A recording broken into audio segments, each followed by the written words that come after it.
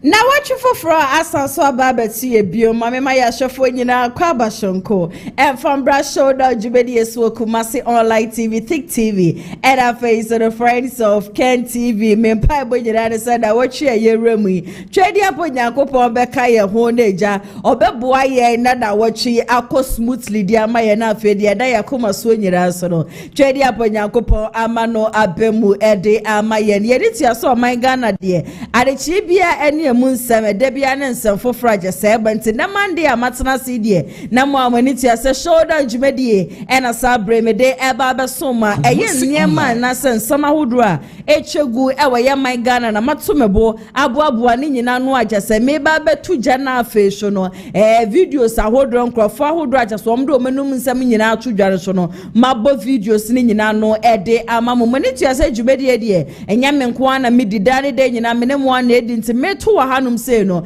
na onso wo to de e de afa comment section na say e de ama me ma o refi say o be share video we ama onu ebi no so a share e de ama obi foforo na afa wunya subscribe to channels ne so a me share ye papa so we subscribe to your channel no e de ama me mre ko nanim no e ya de a say comment ahodo aba no making kan ni nyina no ma obi aso atumi atibisa so e na nsama ahodo aba won krata ne mun so no hana ATP obeba besena sena afa wato ne boa pensen ni nyina mu di ama ye 3 p.m. so power communicators for today so we will become in Saneja ya choche enkomo e dia fan sama hodura e koso e wo ye man Ghana djuma ko bi so ada Roma e na nan menya akonya na tena fidie manum se me di show down djumedie no Esomo eye Danis garage lantern na wo part o say ye Tacoma say ye V8 na wo part a wo mabie wo showroom no e de ato honom de am obi bia da say car bia wo part obia no wo betimi a work in no aba be select o car me wo sama meta ka ne say ene say de awiase aye de sika ho akwa atwi wo ti sika to ade anu wato ade papa preko ane enu nti na Danis garage akwa akosesa car se fi obi memu de aba be pie mu o man Ghana enkrata ne ade nyina so egu car si shu enya sam ketwa wa mo cars de interior no edem shonko saso ena eya de achese engine da cars ne mu de ya na correct ankasa woto wa mo ka enya de watu sika ede ya chine wa mo bie showroom ne de ato ho se obi abetimi a work in wa ba be hwe cars ahodura esam wa mo showroom ho location ne ya ira kwan kra wa mo okumasi asokwa wa mo ne TI Amas ena edi inhwenim obetimi afred Danis garage 0550623377 na ono wa mo atwetwe enkomo e de afa car bia ope ato ne hom saso ena police bam for so say menkan che obi ase enya de awsasa bro ne de ubeko owuo mu saso ena wukoto dwa chese nani ochina wonante kakra bia na bonsa no na enya de omo bete ase e me no ne de wakowo owuo mu tini jumeka ekopie mu e any pharmaceutical shop na se chemist shop bia kwara kwaju police bam ne bi na afi waposo etutu no say yo sisi say yo nai say yo joint obi be say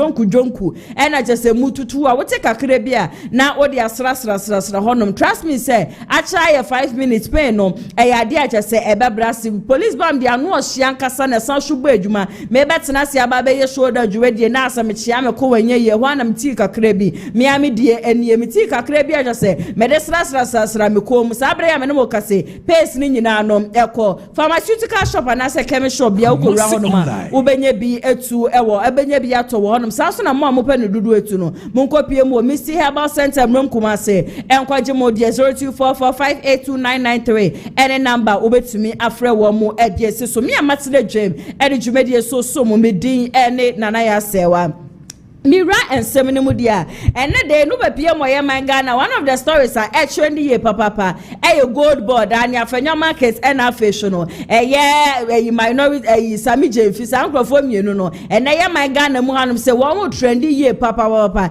now one more trend and another base movement of so trendy last Saturday and I just said your former deputy finance minister lawyer and Pabe so and another na ye KennedyAgyapong KennedyAgyapong Trinity say or ye flag bearer dem the new patriotic party no na eyade a wono so edimu ntintima ye papa na wo ka che Ghana fo nyina so wono ne de onim ye ra Kennedy ye obaye finance minister kompreko ne samada ne de nyina wo ka no eyade a wo hu ne say eyade ye ma kompreko akwanya so medi o man Ghana anima obeboa mo man Ghana chumpo na afi o man Ghana fa ne ntuma pefra in fact mami we papa we wa boa ye ra Kennedy a kompreko in Japan na nkasa na no da beto Montesa say ya dia chese ma me ada ne benkum so 1 week no ekọ so kama sa so e na Saturday twemu eye yo no ekọ so na eye yo no ekọ so na mu e na the base movement for wo mo ekọ pie mu e we na se chese buhia ese wani ense o ka kire e na se de lawyer ampa ben so wa support yewura KennedyAgyapong KennedyAgyapong ye papa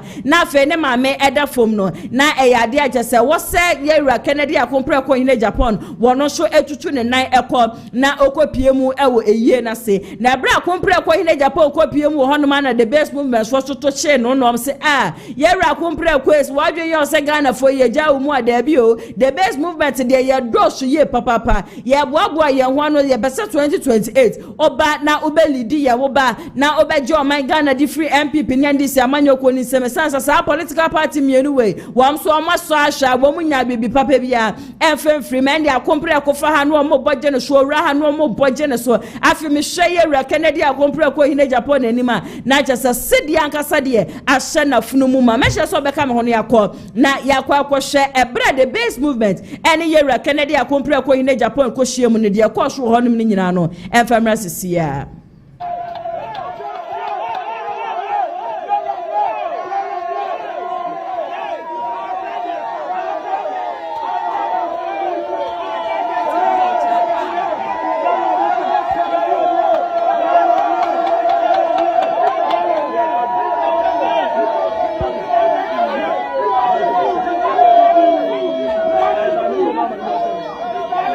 Kumasi Online.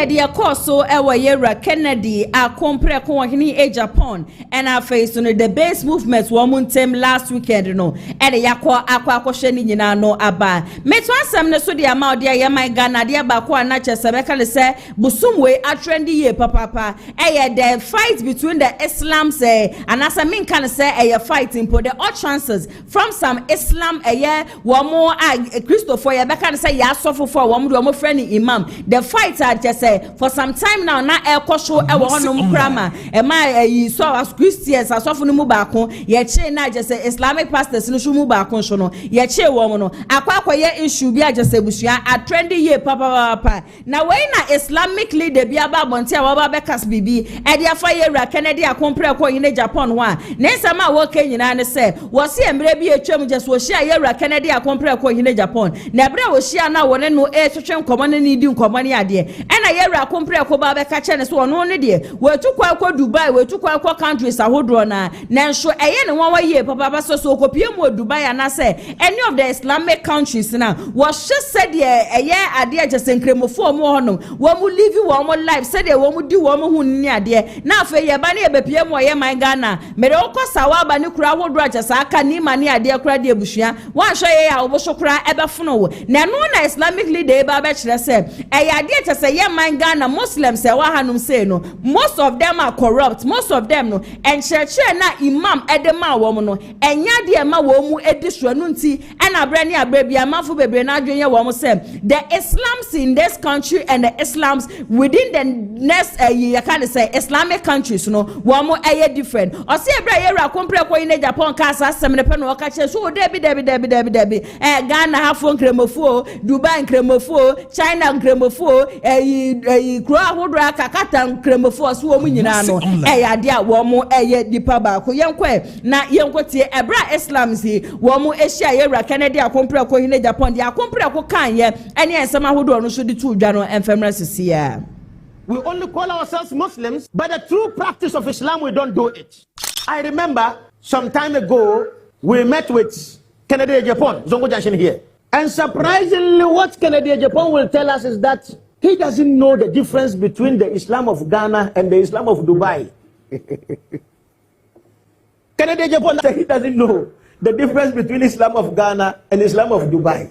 He said because when he goes to Dubai, he finds that everything is clean. He said, but by then he has not gone to Saudi Arabia, but he knows Dubai. Everything is clean. The where they live, what they do, what shopping malls, the mosques, whatever he sees is very clean and well arranged. But when he comes to Ghana and he looks at the Ghanaian Islam, then he begins to ask himself, maybe the Islam is different. That of the people of the Arab world is different, and that of the people of Ghana here is different. I say, hey, Honorable, it is the same Islam, but we have corrupted it. Yes, our people have corrupted it. We only call ourselves Muslims, but the true practice of Islam, we don't do it. And it has given the way for people to say everything that about Islam, when it is not about Islam, it's about the people. Tijara TV. MCF na chese Islams no na yetie wo mu nsem nyina no de aba chese wo chese yewra kompre ko hine Japan ka kire ne se dia so otu kwan ekọ obi memu ni ade a wo hwe nkremofo a wo honom ni nkremofo a wo ye man Ghana mu hanom sei na difference a ewo mu esunye papa and wonam social media no show one of the stories nso a trendy ye papa yewra KennedyAgyapong ko ohini Agyapong disciplinary committee NPP disciplinary committee report bia aba abonte a wo mo chese yade yewra KennedyAgyapong ko ohini Agyapong was no be NPP amanyoko na disciplinary committee no 4 times na just enya ba last 2 months ena yeti kroma yenke bi nhemu neja yewra kompre ko ohini Agyapong so odi ne birthday na ne birthday ya wo di neja that time na story ba ko na trendy ye papa afale military hospital ho nsensem ne ade and a journalist ba ko bisa yewra kompre ko no betu back ye ne car obeka se ye hwe se de NPP amanyoko ba ba mu 8 years na sa 8 years wo mentumi an complete afale military hospital na afa ya ba we ba ye that time na think say na 1 year 3 months or say 1 year 4 months na yes but so mo complete ya afale military hospital de enya kama akompre ko kika asem we na just NPP phobia asem no kura wo hono ma wo mo mpa just bibi pa e ban so wo mani njehu wo mu ne ya kum se adenti na yewra KennedyAgyapong ko ohini Agyapong aba bonti aba be kasa ansem we and ameno so mo de no kopie mo disciplinary committee a just a disciplinary committee that was on the 25th of July 2026 e share Ghana for nyina se you can say letters are abasa yasaki Agyapong ko anase yen suspend Kennedy no yama wo 2 weeks the next 2 weeks no ade a wo de ho report be ba say Agyapong ko ohini Agyapong ye ba pam no anase ye mpam no Ghana for no na wo do ye KennedyAgyapong ko ohini Agyapong hwe ni ma say 2 weeks no aka be ba de wie ya ne ya hwe de NPP amanyoko no e de ba be shom Ghana for ya twen bushia 2 months mu ne be sin de ya me no mo ka say report anase de wo NPP before de yewra Kennedy no obi amba abonten beka bibia emfanfa ho na no na nne yesi KennedyAgyapong ko ohini Agyapong say your friend for good times e we disciplinary committee sound yon kombra na wo mumbisa no question no nya no ne ade na afa ye hu bebia yedi ne begina wo frɛ Kennedy osmetu kwan wo frɛ Kennedy osmaye busy wo frɛ Kennedy osme de me kwa hanu wo frɛ we ya osme kwa hanu se wo ma twe Agyapong ko atwena Agyapong ko ohini Agyapong enye ready say obeba aba bepiemu e we disciplinary committee nim enunti ena so far so good no wo hu say yewra Kennedy ye pam no ana say ye mpam no na no ada ye beka so chairman bute ba bonte be ka che Ghana for nyina say the party needs KennedyAgyapong ko ohini Agyapong Kennedy without him 2028 about the year papa at the amade new patriotic party into so far one margin ya muntanta say MP before that ben no mo be pam Kennedy MP before that ben no mo ba be sponsor aba saki yewra KennedyAgyapong ko ohini Agyapong and then now reporter just and then disciplinary committee for e de aba bonten no and makenkan ni nyina no e de amama na asa matweme boabo mu nyina no en kire mu se wo so ma fra Agyapong ko ba ku mienu miensa and 9 so na yewra Kennedy onye ready say obeba na wo ba be pie mu e wo manim and I am so shocked that these people are waiting for KennedyAgyapong ko ohini Agyapong because I quite remember said during that time and that hit ni jina mu ye papa no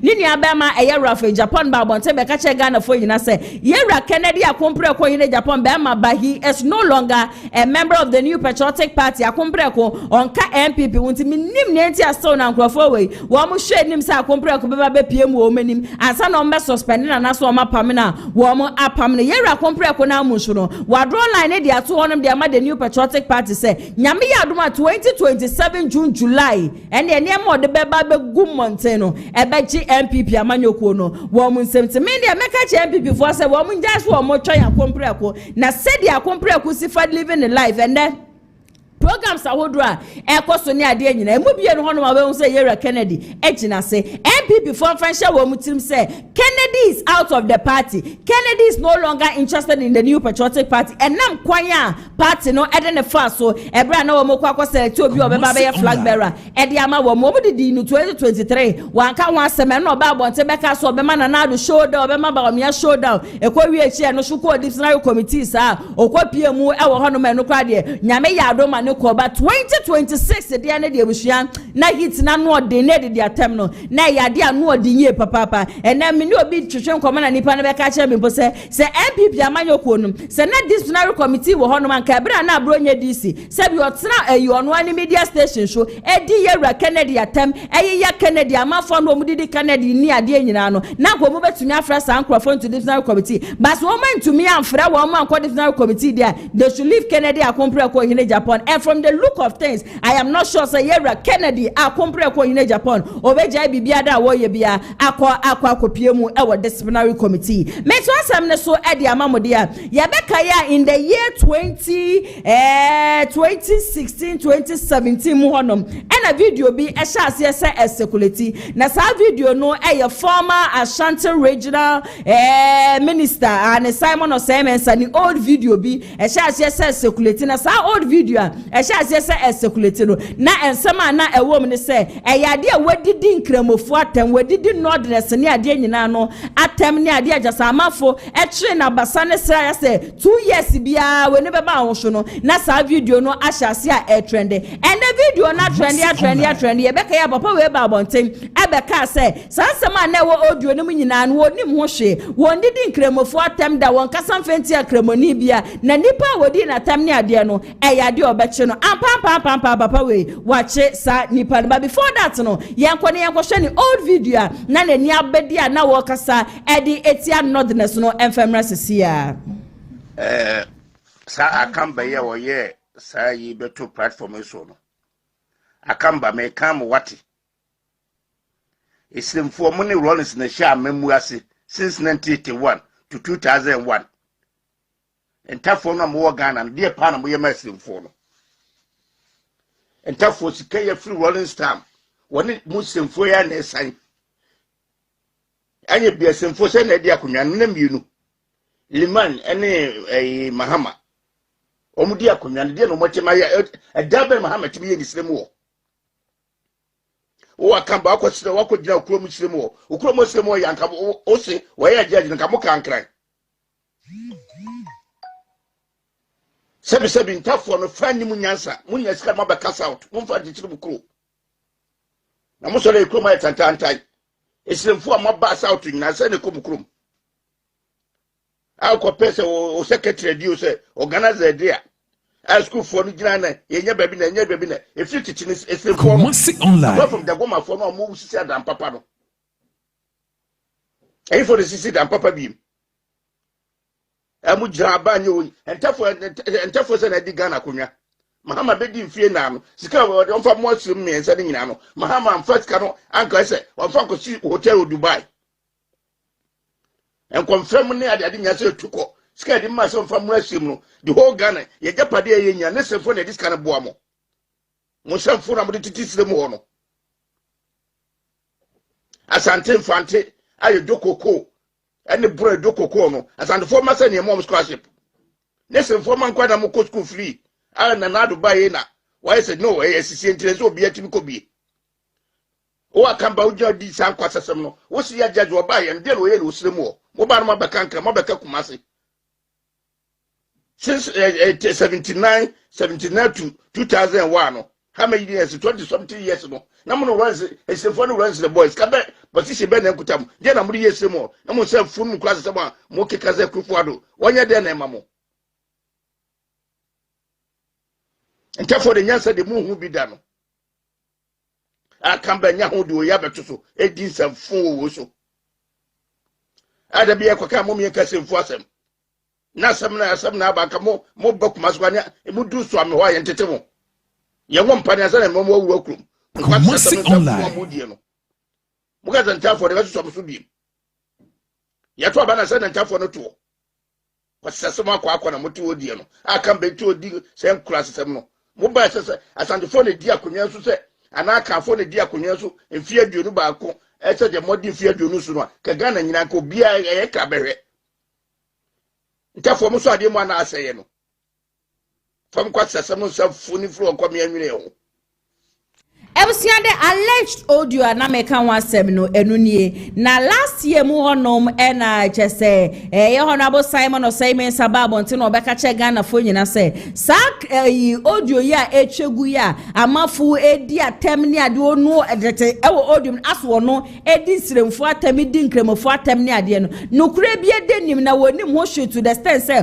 obodua mpo se nipa wo hyeche nipa odisa audio we ba bonti nipa no odene ma nananom nyini mfiri ho no odene ma enso eda se ne ade a mekura medeke ya betena video ma no se ya mede ababe so ma wo issue de babonte se obi a wonim obi a wo shechira ode sa audio we e babonte no omo ana ontumi enche sa nipa no last week Saturday ena me hu se wa babonte a wo kasa wo che se eyade eche se nipa na wo shechire no finally sa nipa no eyade a wo mu etumi ache no na before sa no omo ba be che sa nipa na nipa no etrese no nipa ni tumi frenu wedidi na tam ni ade e no de case no ekoma police impenifo a nyame aye na doma jesa police impenifo etumi ahwo abrantie no majesa sabre ya me no kase de wo se abrantie no etwe aban kukumu a asutwe bia de sofota bia no wo mo de baba ma sa abrantie ne yankwa na yentie honorable wo say Simon Mensa nsem ni nyina no enfemra sisia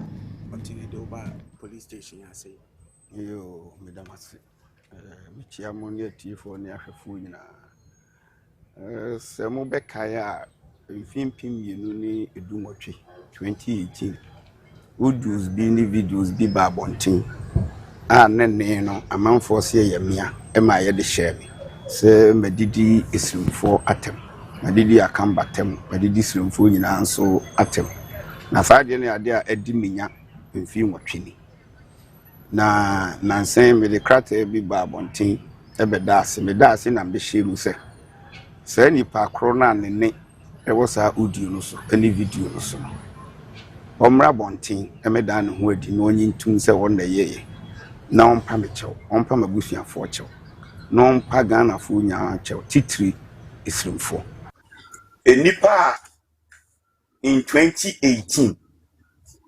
okoye fake tape me Simon Osaimen ose kwame Kumasi online omra bontin bedan hodi no nyintum so na yeye ompa gichew ompa mabusuafo chew ompa Ghana fo nyina chew na titru ompa esrimfo chew so feli no anya yakopon masa nipa no na sankrofo no omomodam ombodam so listen to me. Why are you to me so 8 years? You did my 8 years. Anytime I dear fat ethnocentric, I need matter. Now saying, you get a regional minister for passing comment. No, I'm telling you, Messini Pacono, where my one thing, I'm a sign with here, or bottom. My mom, who maximum 1 year or more than once swimming. Oh, was there? Okay, one more than one answer me. That's what we are going to say about the or bottom, the mother bottom. Oh, now the money on one way. Please, Tamwa, Adamu ye bonina, Yankopon Meno. We generation different. And yet, about Jeremiah, or Baba Swan and Mummy, and Swan and Mummy, and Bakuna, when generation, you have our family. That's all for the graph ready. So I hold it and watch it. Then go boom. Then change some. No trouble say on the ball frabo. Nyankopon. Kumasi Where Oh yeah, so the never be as I I didn't want to find it. One the ball Adam and Eve. Nyankopon na. Oh yeah, so no then. Otwe o maso. I didn't want to find it. Oh, so we Nyankopon. Na Nyankopon fa find it na me nipa. Nti me di we tu dwa no me ho no na menya WhatsApp message na hi na me nipa ko ti me retrieve number no na me friend nipa na wie ya na also the akoma dan agye incancer no I has the matem na mkate no and he kept on sending messages first na there na me timi hu obi a oye sa de ti e bae na ono agitu mu so na ye no na o sa sending audio bi o de koma honorable Kofi Dwuma former member of parliament for Asokwa and forward days audio no de koma no na no so odidi matem na je say ade no kra na wo ye na me so me pache wo no afi kra de obedi matem poto sebe me pese me repeating sem no bi e wo mofidi so enti ye no na fortunately met me anya ne ho information kakra no na me de bedane regional police command se me sro mo nipa bi ayade bi amye de ahyeme emfi nwotwini na me kasama no me nipa no nti obi a pop up Kumasi online. Yeah WhatsApp messages audios ni ade a ode abedi di matem nti me de ma so o ma na so o ma ye dwumaden nti enra eno mu timi koche no o mo de no ebae obeda cells abesi ele nti samri o mo frey si ensamra na ye metena asem no so nti asan betena asem no so ewo a police for no ensem ti ye hwenia police for no ebeye na waje atum so no voice and ewo audio no say video no na security no obi de me pictures etita video no no send dey waje atum ewo police for nanim ne lawyers anim waje atum say ono na oye nti say dey nipa oye ye no ana ne ewo audio ni video no mu no at least is not in doubt ye hu no so the akoma dan agye incancer patna Belgium kakra so odidwa ota kofa ne ma fi Belgium na odiaba enunti ye bai be see no bibia ewo appreciate no ense Papa that romanti sisi a nipa no mama ne bail na ogusu dem ye free ho die no nyanya bail be ne lawyers no ewo ho enti omni police for na beka police for no be hwe ni situation say it is a bail no man bill so mo fi say it is one man bill so a oni nyina wo police for no ho me de nyam say de di kan me ho be sign say enya me nam didi sirfo atem because ade ha me be say mo amu ya we nim say mati say na me support Dr. Baomia Dr. Baomia you be ama panasem na hwe say wo nam na ade bi say dawo so wonim de o papa no creative say ye ni tirimu fine no nam e wo mso aka so de enene de nyamene be ni tirimu fine se waje atum se nyamene ne yire kran so betwen sei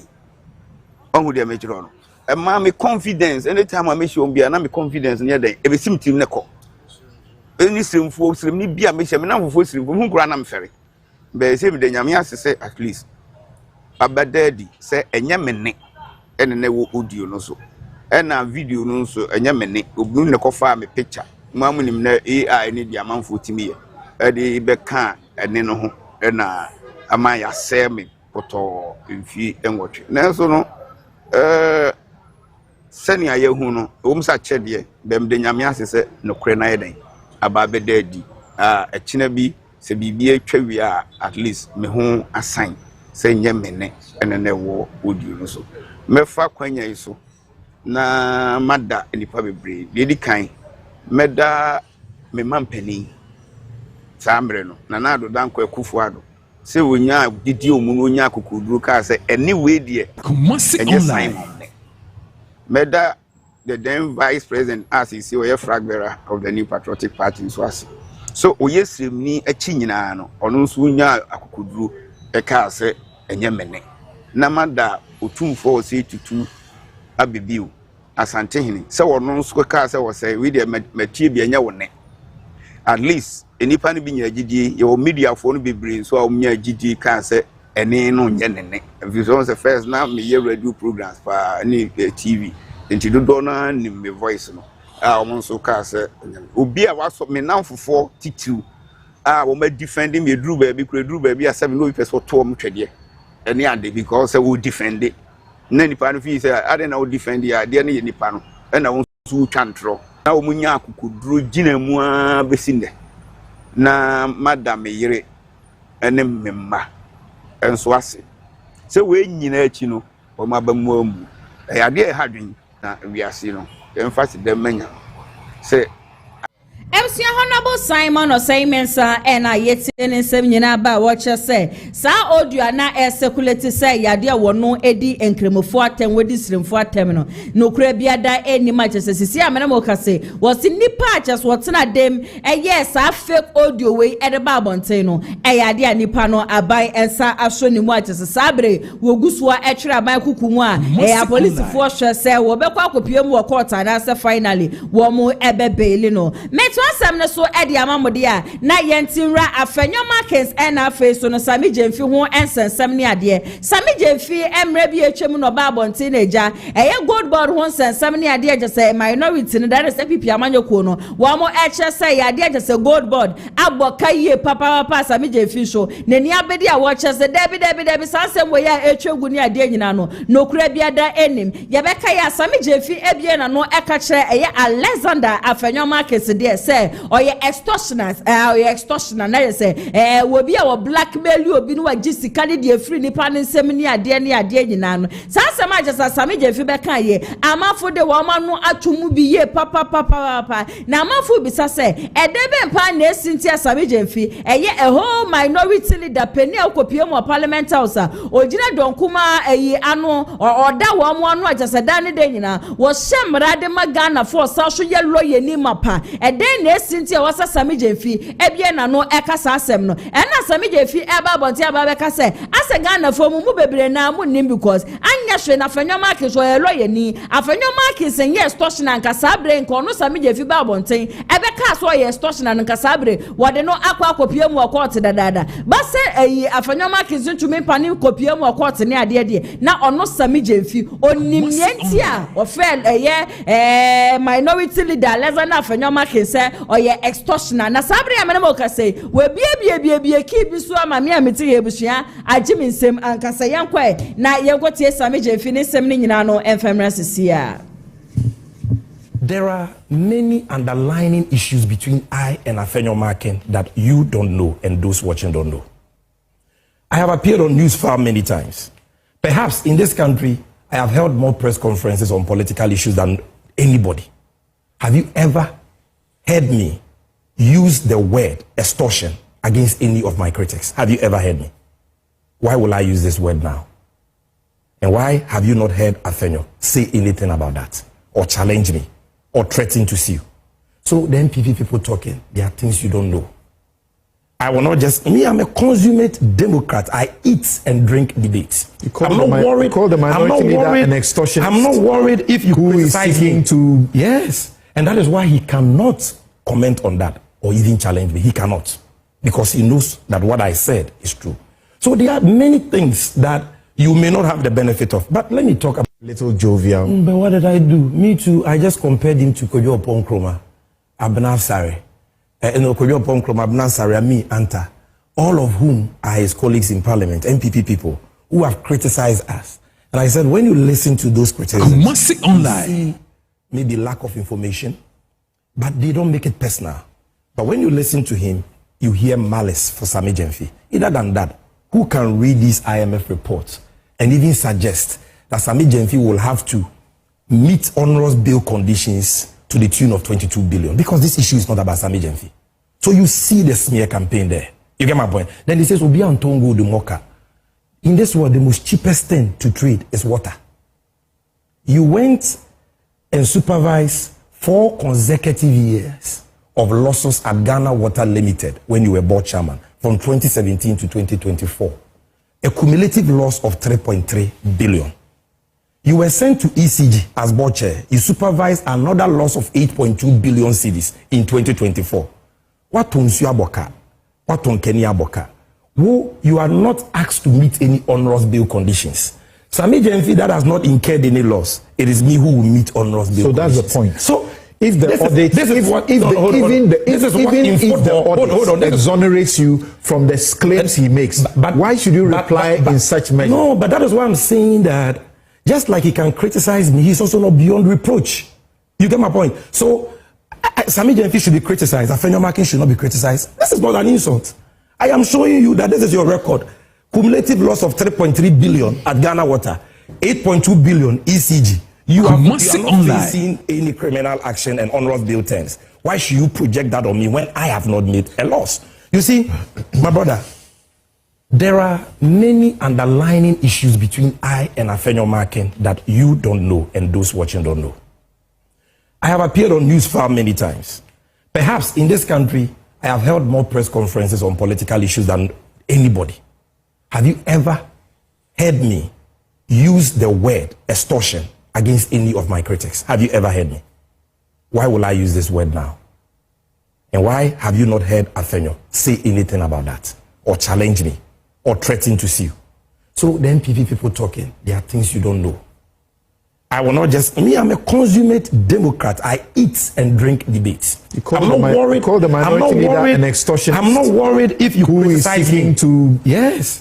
Eya Sammy Gyemfi and a yetie ne nsem nyina ba watch say security bi e wo hono between ono ene Afenyo case Ghana for bebre na enni menu na MPP for mani abra mo ka say Sammy Gyemfi mu ade na ade na wo say Sammy Gyemfi efre eye minority leader say oye extortionist ono ne de wonim de esi no nim de akona anya hwe kura ne de Afenyo case okoye bo che e wo Ghana Water Company okobo ka 3.3 billion na yeska ketwa sasho eri di free water company hosho eri do kopie mu ewo ECG hosho kra de mu 8.2 billion Ghana cedis ne nyina no okobo aka susuro wo bia kra nka se eyade wo mo my Ghana abakati de ne kwa kopie mu okota na se ye de ne kwa kwotwire mu ewo se wo ba se ono Afenyo market beba bonten ebeba be bie na no aka che ono Sammy Gyemfi se nyame ya do na se 2028 NPP tumi ba be ma wan sha na just be condition ko mo de beto ono Sammy Gyemfi ni ti so no enya de obetumi etua we yi anu asa tutu bi ede amane na yetie ni nyina ba no na trust Kevin Taylor says secret or secret there we yan dan what baba bonte the whole extortionist statements made by Sammy Gyemfi to Alexander Afenyo case that is the minority leader no Kevin Taylor we yenim so MPP news we NDC no because the way day in day out or defend the NDC nebusia enya sam ketwa what the gist ni nyina ba bonte and according to him was he a branch as a gold board once Sammy Alexander Afenyo case that is the minority leader for the New Patriotic Party etutu ne na pam ekoshia Sammy Gyemfi eno kokaje Sammy Gyemfi say eyade ache say IMF for the report aba say wa boka susuro ntino ontebrim 10 million Ghana cedis ukwa US dollars mu $1 million ontebrim fama no na onko parliament na onko che enfama MPP for ne said ebe ya the minority for no wo beka wo ma no ede atum na braja Afenyo case ko Sammy Gyemfi wana Sammy Gyemfi se ahwe ka mi ntebrim sika bia enfama won nen metebrim sika bia ede ama wo chena e wa na eja Afenyo case di na nuwo koye ene ndi osama che pam ene osahwe kopie mu e wo Ghana bebia yesika sam ne ade nyina no efa na braja so kopie mu e wo honom no Bank of Ghana wey ene eja Bank of Ghana form ehwe ye wo madwen san ya de wo mo so ebe ma Afenyo case sika bia ti Afenyo case can go on and do his worst and na Afenyo case babonti a o attack Sammy Gyemfi nyame na me kame pa chaw eyade a Kevin Taylor ene ka sansem waso pe obi a wo blackmailer papa dia obeka magana fo nyina ti ase se Afenyo case o ye blackmailer Afenyo case ye extortionist and they were the fe wo dada wo body bi kwa obema nka eja mrakura ni wedi no afa echire no aba be gisika bum de fru hon mo wi na ti se case no aba be ye foolish case according to Kevin Taylor was who penny be the table 10 million and what them Afenyo markets or them Afenyo markets and Afenyo markets bakwache Ediama minority said ye be ya and the whole loss on gold board near Dina Babadino and Afenyo markets on Unqua etna sikano show and Nuntina the Chenia this Sebiano Afenyo markets and Yabraja said what target to Sammy Gyemfi or throw shots near Dianano Edemano now we and Waba say when it comes to Afenyo markets he is not supposed to become the minority leader and ni kwase Ghana for crown ye NPP for di and ni kwase ye sama NPP amanyo ko sa ba be me sansa sankrofo we ebusia boni a wo medi no eso chenkro yenkwa na yenkotie Kevin Taylor na somebody atudwa e de afa gold board loss ne ntokwa agesa page ne muso e was Sammy Gyemfi and Afenyo na Alexander Afenyo markets ntem ni nyina no efemra sisia Marking approached Sammy Gyemfi that he needed 10 million Ghana cedis. That is about $1 million.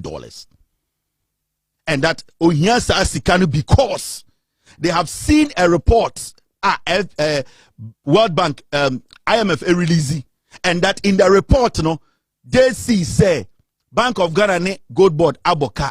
So for him to go and calm his people in parliament down, for him to go and talk to his 88 piglet in parliament, Sammy Gyemfi needs to give him 10 million Ghana cedis. That is about $1 million. Now, Afenyo marking, Sammy Gyemfi did not do it. In fact, Sammy Gyemfi catch and say, if they have found something in the IMF report, they should go ahead and do their worst. Because to him, the report does not emphatically states Waboka, and his books, which was audited by the Auditor General, does not show anywhere Waboka 1.7 billion. So whatever he wants to do, he can go and do it. Now, Afenyo man free Sammy Gyemfi the Nsan Kasa Sikano. In the name say Obeji Sikano, Ako chairman and call for parliament, send a raise the issue. No, Afenyo man tried to go back to Bank of Ghana.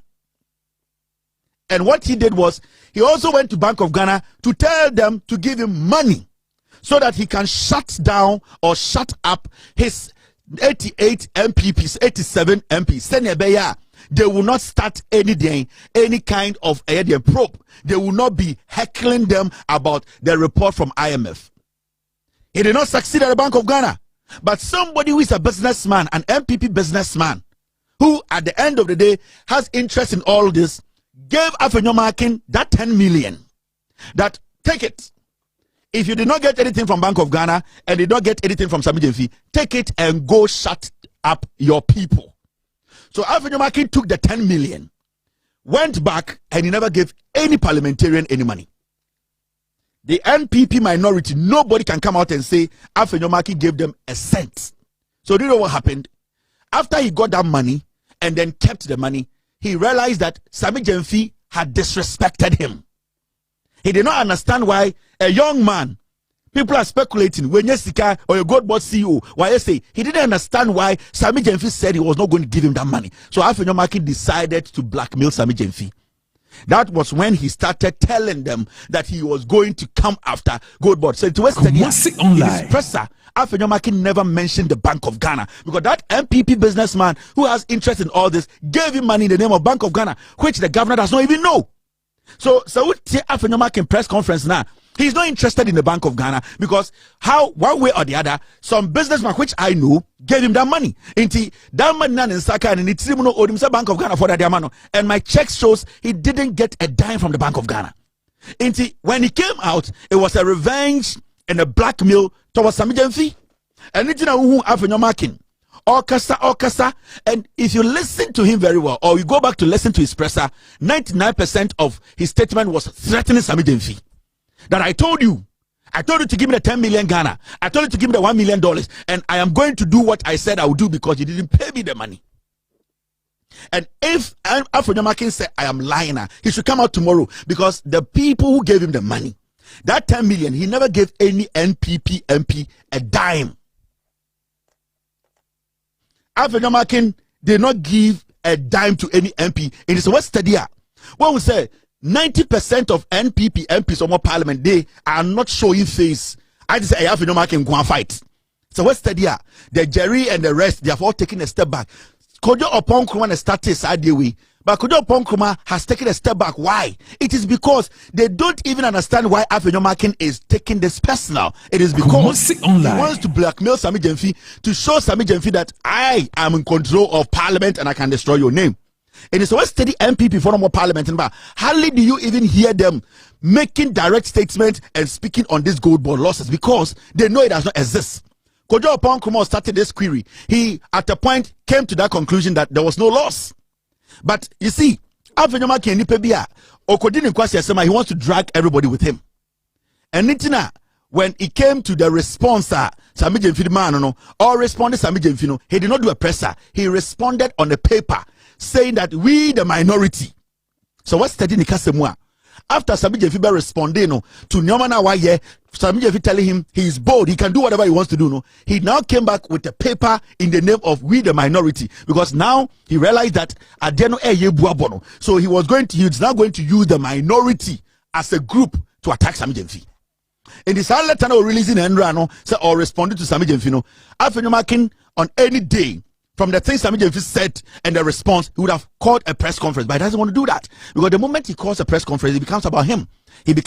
Everything becomes about him. So then he wants to drag in the minority and it's not releasing just a paper and saying this is the position of our minority. But when he had the press conference, he basically made it clear. He said, Sammy Gyemfi, you go to jail. Sammy Gyemfi, you do it. He was threatening him because he didn't get the 10 million cedis. And that's the typical Afenyo. That's how he operates. So we are minority. Let me advise you people. Afenyo has been doing business with you people, your name. And you see, this is not the first time he's done this. Why yes, Sanyoma we are check. And one thing I realize here is not just Sammy Gyemfi is soft. Or him say Sammy Gyemfi is young. Or just so betima popo no ajisike bi ope. Enti or yes, I na amfano. It was na Eric J. Kasano. He doesn't have the full brief. Eric J does not really have the story. I was in Ghana 2 days ago, and then I'm Ghana by America. I knew all that was happening.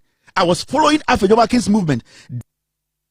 Ebusia Kevin Taylor and I yet see an seminar by the Sammy Gyemfi and to me Ambeka or no the Obeka and said there is a very big secret between or no any Alexander Afenyo Marcus, the minority leader. No, as for Kevin Taylor, the Wababon thing, Ababe Shemin say a yadea just a gold board once and 70 idea in Abba, as the Afenyo Marcus to 209, Egokaja Sammy Gyemfi said 110 million Ghana cedis, that is $1 billion US. So bra Sammy Gyemfi afa ma no e no sa call back to Bank of Ghana e kwa threaten wo so won fa ma wo mo man sai sika se de be ya minority a wo mani abere a wo mo yedede wo mo kasa e de afa di so gold board won san sam ne ade no betimi a silence wo mo a wo hon so no wo ya sika bi amfefiri honom na afa de e be ye personal attack on Sammy Gyemfi they said Debia Afenyo Sammy Gyemfi Sammy Gyemfi and the Jenny and say be ana eburuja yetin some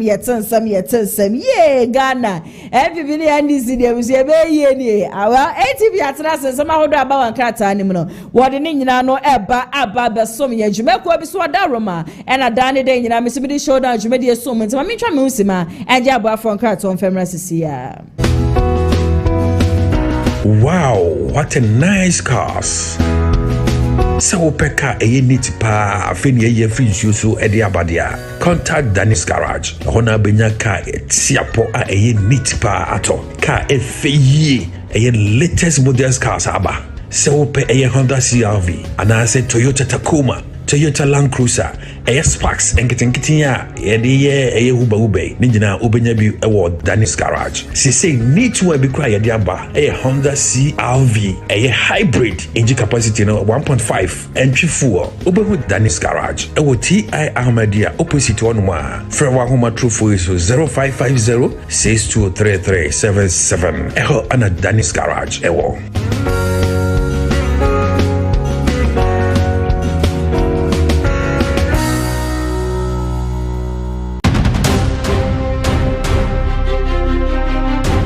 Ladies and gentlemen, the time is right. It's time for the Ghana Arts and Entertainment Awards 2026. You know what? It's time to honor the people that matters in this industry. This time is going to be glitz and glamour. All I need you to do is come meet us at the Estes Event Center inside East Legon Underbridge, right around the traffic light. It's going to happen on the 12th of September 2026. It's going to start at 6 p.m. for the red carpet and 8 p.m. for the main night. I cannot wait to see you there. It's time to honor the people that matters in this industry, and Ghana Arts and Entertainment Awards is here for that. Remember, it's going to be a night of amazing talent. I am going to be your host for the night, and I just cannot wait to see you there. Headline sponsor, Time Herbal Mixture. Supporting sponsors, EDEC SM Beaters, Givers Herbal Mixture, Greenfield Scientific Herbal Clinic, BK Tree Agrochemical, Media Partners.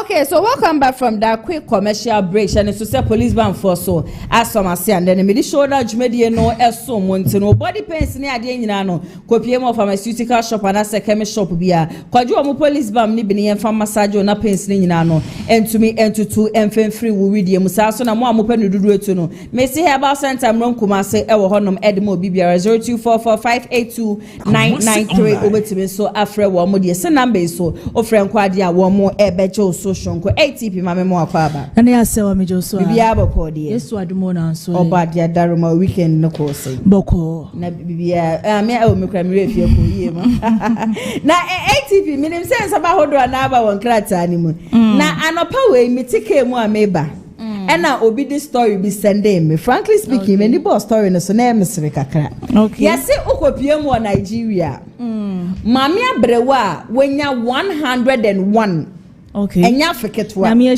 shira no e wo Nigeria afi ba ku mienu miensa enai 101 wako nenim na yenim senka obi a wenya 101 de anka edwuma anka ATP ko obeye mponi sanka ende osode anopa no aba betena dan yenim na de ya pe kokobi ana ya pe tibi na ye de amama me no na ma me nanom de enim senka obi a wenya 101 de na dwuma no no de eye sifie eja oba pani na keja watoto ne ma obi nye futu a na ko aba no ho ba sama me ya wenya 101 ne de ATP ne de enya so de anopa kotena fie nim ekwaji kokonom na oye de ne de enya so de anopa ekotena fie nim agiti nom ATP ejuma ma me ne so de anopa wo je no any day nya meti he ya jimi nsem menka njira mo engofo ya de bia menka njira mo ma me ne so de anopa bia no wa chichiri wi entampi waya 101 osode anopa no wa chichiri entampi ana yo benyina che ye no we chiri ho no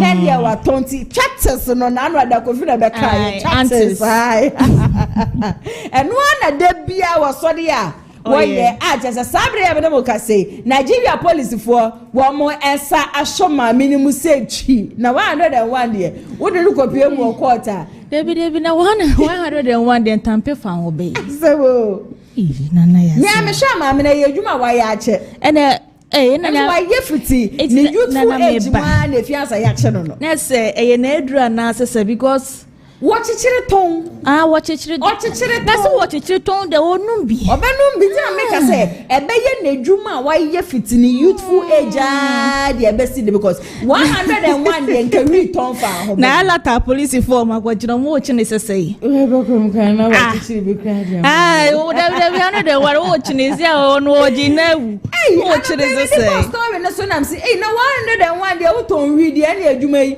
wa ya che na we me say ye de kopie mo court ne e ma no 20 years kura ma me no wan sha 1 year pe no atwa na no mo nsie do 101 ya ATP judgment do be ka den na che erade say na we adwuma ben na me chire ntampe etiwe ma me so nya me na ehira na na asabonsam na ehira question for the gods over my change na no emfa comment section na say emfa mami ATP for your rank krata ni okay say the Nyankopon de na watchful frasan so ache yi ma me for daily searchlight emfa shen krata ni nyina nene ukopie mo social media no my Ghana mo asene say ya Afenyo marking and Afenyo so yes Sammy Gyemfi ese ntokwa ekoso wo mu na nye fedi agra no de ye papa mu kwai ebe koswa menya mi hu ade ebetimi amantokwa na to etime twa de brada ni nyina ye gold board ho nsensem na no da Sammy Afenyo marking beka say ekuro ma se e friend of mine Ghana Ghana ya santo Ghana no ye Kwame Nkrumah Ghana yitimi ntongo de ye nye de emmoka wa ha se we nam so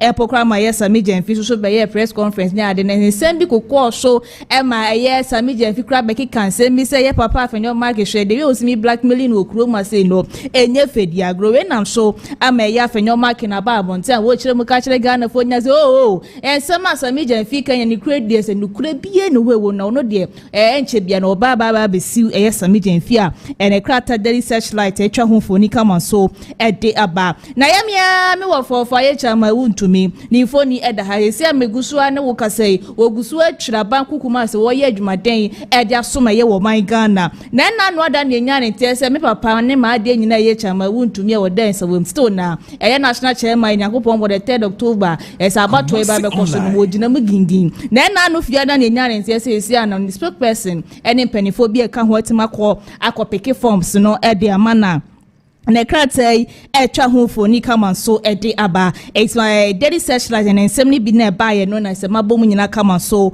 ede amama memfa daily guide enfa entwa so eno so be pie mo kratai ne manesa po afoko kratafa eto so eye mienu ni foni hase kama o ni musenya Yakopon bo a delegate one PP amanikuo ne de kokromoti power no ebekwa akoto aba no no netima ba ebe national chairman edi ama MPP amanikuo watimi akwa akopeke ne fon Yakopon bo achina ene ode ebekọ ene kratai ka wasem so ha na abepie mo kratafa eto so eye miensan so wasiase so a na ese ebo acheja akoni foni eda ha John Boadu ena afi so eye former eye subi MP eye Eugene Boache JF omunyina foni eda ha na no ada sisi bio etu mu say ye national executive ye we uniforms no betima ba be fa no yes ni person betima kwa forms ni ye mako 50 nye fedi agro obi apese eja obetimi be bibi e wa MPP amanikuo no ma ene krata ye twa ho foni kama so eda beto krata ni ma wunye be na eja wakenka ni nyina bi kama ye nyina so nim se Yakopon for the 3rd October ene ya election no eba be koso na ukopie mu national air chairman ni mo anese nipa mako enum ene gina ye sanso general secretary ni nipa nine ukopie mo so national vice chairman so esi nipa mako dumiensa enye fedi agro na ese o mani abriye papa enye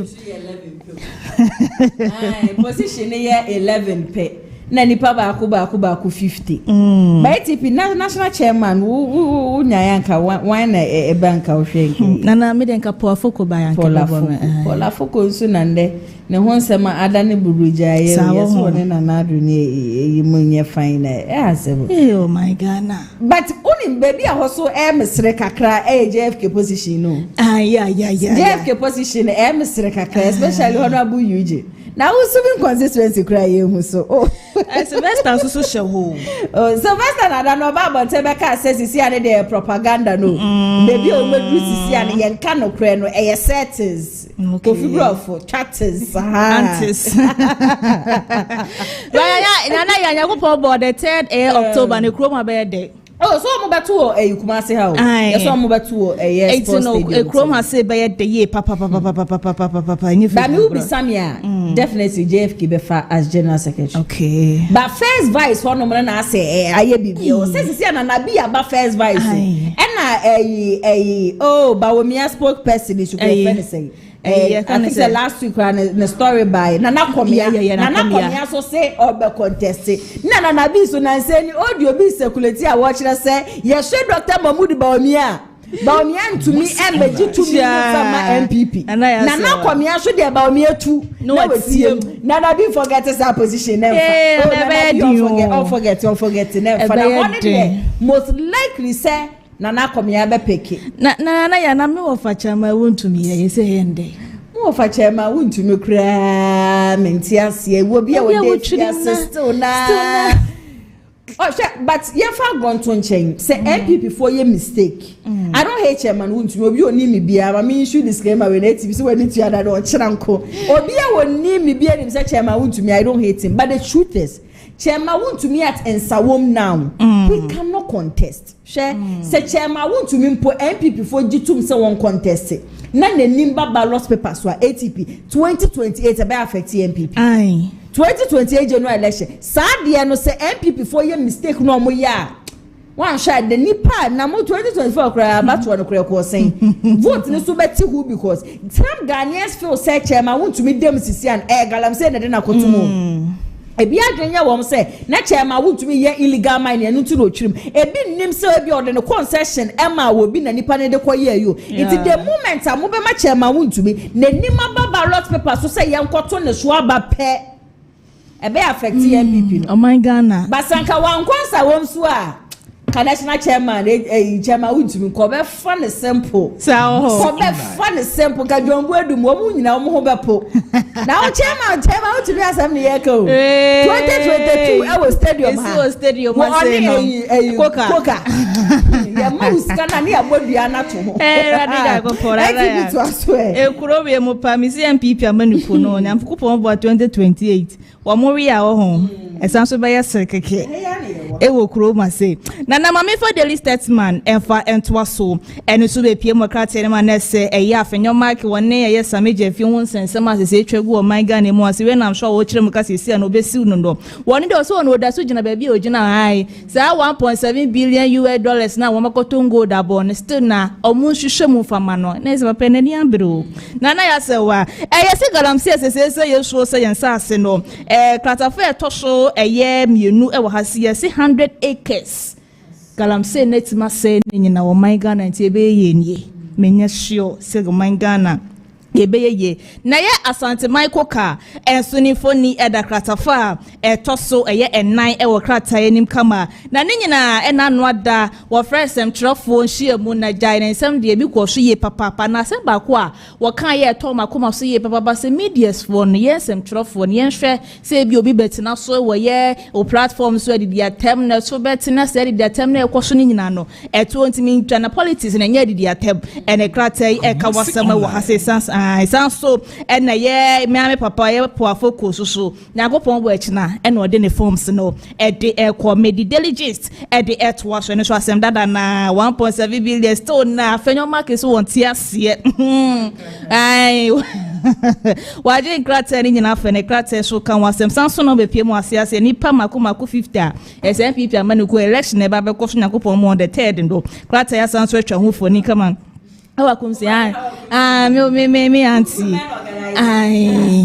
obenya se ne niede me se baby na MPP na dru no ho eye nyodinfo wo se o flag bearer na nkasa na ase oye bote nti ye pe obi obebu awura mu obesheki ne ma na akofa de oye mote na akofa ba mi aka so de na se na party na mawie no nti awa kumsi de I support him obenya na national youth organizer so Pope very hard working man papa of I think say no so ya dia ebeboa na ya say wa your papa your spiritual father Reverend Kusibuate that I was sorry was it show no baby ye man penny abedi ejedo to Frank Adama MPP amanuko ebi obejo say oso obeku no ho ama no obeye adwumaden nyakopon bo 2028 Dr. Bobby Power it's no ye wow spiritual father ne sama wono enso e canon mama for the supreme e ye osere mama for the supreme enfa ento so na ye jombo adumfo ni eda ha say ene asi hwehwemu ama ye hu say ye national chairman na wo kɔ no ebi mo se ye hwehwema obetima di nkunim ye papa ye ene krata ye twa homfo ni kama so e de aba na dwumadi bi e kɔ so over the weekend na ye chief of staff e kɔ pie mu wo hɔ ni nyina ye o man Ghana hu ni die si ebetimi adi ehu ni nso ntimi nyiri mfa ye no wodi nsem bebrenda e ka so man Ghana ye nyina ye nka ye hu mom ye ntimi endi ye hu ni ne kratai e ka wasam so e wa hasan so na poafo ko nyakopon bo a wo so meti e ye ne forms no kratai so esan so e bo ho amane enso wa ha Asante Michael Kaso ni foni e da kratai ni nyina e ye nsem asese na no ado friends and trophy wodi tu dwa no kratai esan so e ka wasam enso wa ha ma me for daily analyst e fa ento so na kopie mo ye kakum forest e reserve one of my saying dwumadie bi akɔso wɔ hɔ no ma enam so ama obi etima hwere ne kwaya ya yɛse ɛyɛ wildlife ɛyɛ guide fo ɛsɛ na ɛyɛ ɔmo hwɛ anaso ɔmo bɔ yɛn sas na se forest ne ho ban no wɔn kɔ hɔ no mo se ɛgya ɔmo kɔ akɔbɔ ho ban na ha ɔmo am so ɔmo ka ha yɛ ɔmo kɔ akɔpɛ nam aba bɛbɔ impusuo ze de ende are no ɔmo timi atutuo ɛde abɔ baako ɛne kratai ɛtwa ho foni kama so ɛde aba saa so na ɛyɛ Gideon ɛyɛ asare ɛso so na wo kyerɛ mu ka sɛ ka wɔkɔ for ɛyɛ communication no na esi na wa step it down say we see no de ne support na ɛde mamra kwa bɔ so mo ti wuntu ho na no mo yɛ dede no be position wa MPP na ya se is there obi o yɛ adwuma wo wuntu mi office bia automatically yɛ MPP ya ti ya I no was so step it down ai onya nkasa nyɛ so wa step it down wonya said the Ghana fo nyina ɛbɔ gide Dennis miracle aboaje so no aya we so obe report ade chi otumi gotena radio anim nkokasa enu nti no wa step it down okay na mama for the source in front was no so nkrata ya ye Gideon bra yi asare bedi akon our draw for ye awo ma ye papa ya de nyina so miracle aboaje akon na krata san so kan wasem Sammy Gyemfi versus ya Afenyo mark ho sensem no and krata the source so atwa ho foni aba edam so ama ya Afenyo mark nkyire mu ka kire Ghana fo nya sensem Sammy Gyemfi ka no nukura bi ani ho no ma ewo san so no be piem so wase ase ne sensem dada na NPP amani ko nipa mako 50 so makofa forms na krata esan so eboho mane enso ha ma me fa the new publisher enfan so ren krata ni nyina so no so be piem krata ni ma Afenyo mark na wo kire mu ka se wo se hura mo huru no man Ghana mu ase ma sobre ma no te se Ghana mapa mo di na tem no nya no na wo hye wono de 1.7 billion US dollars no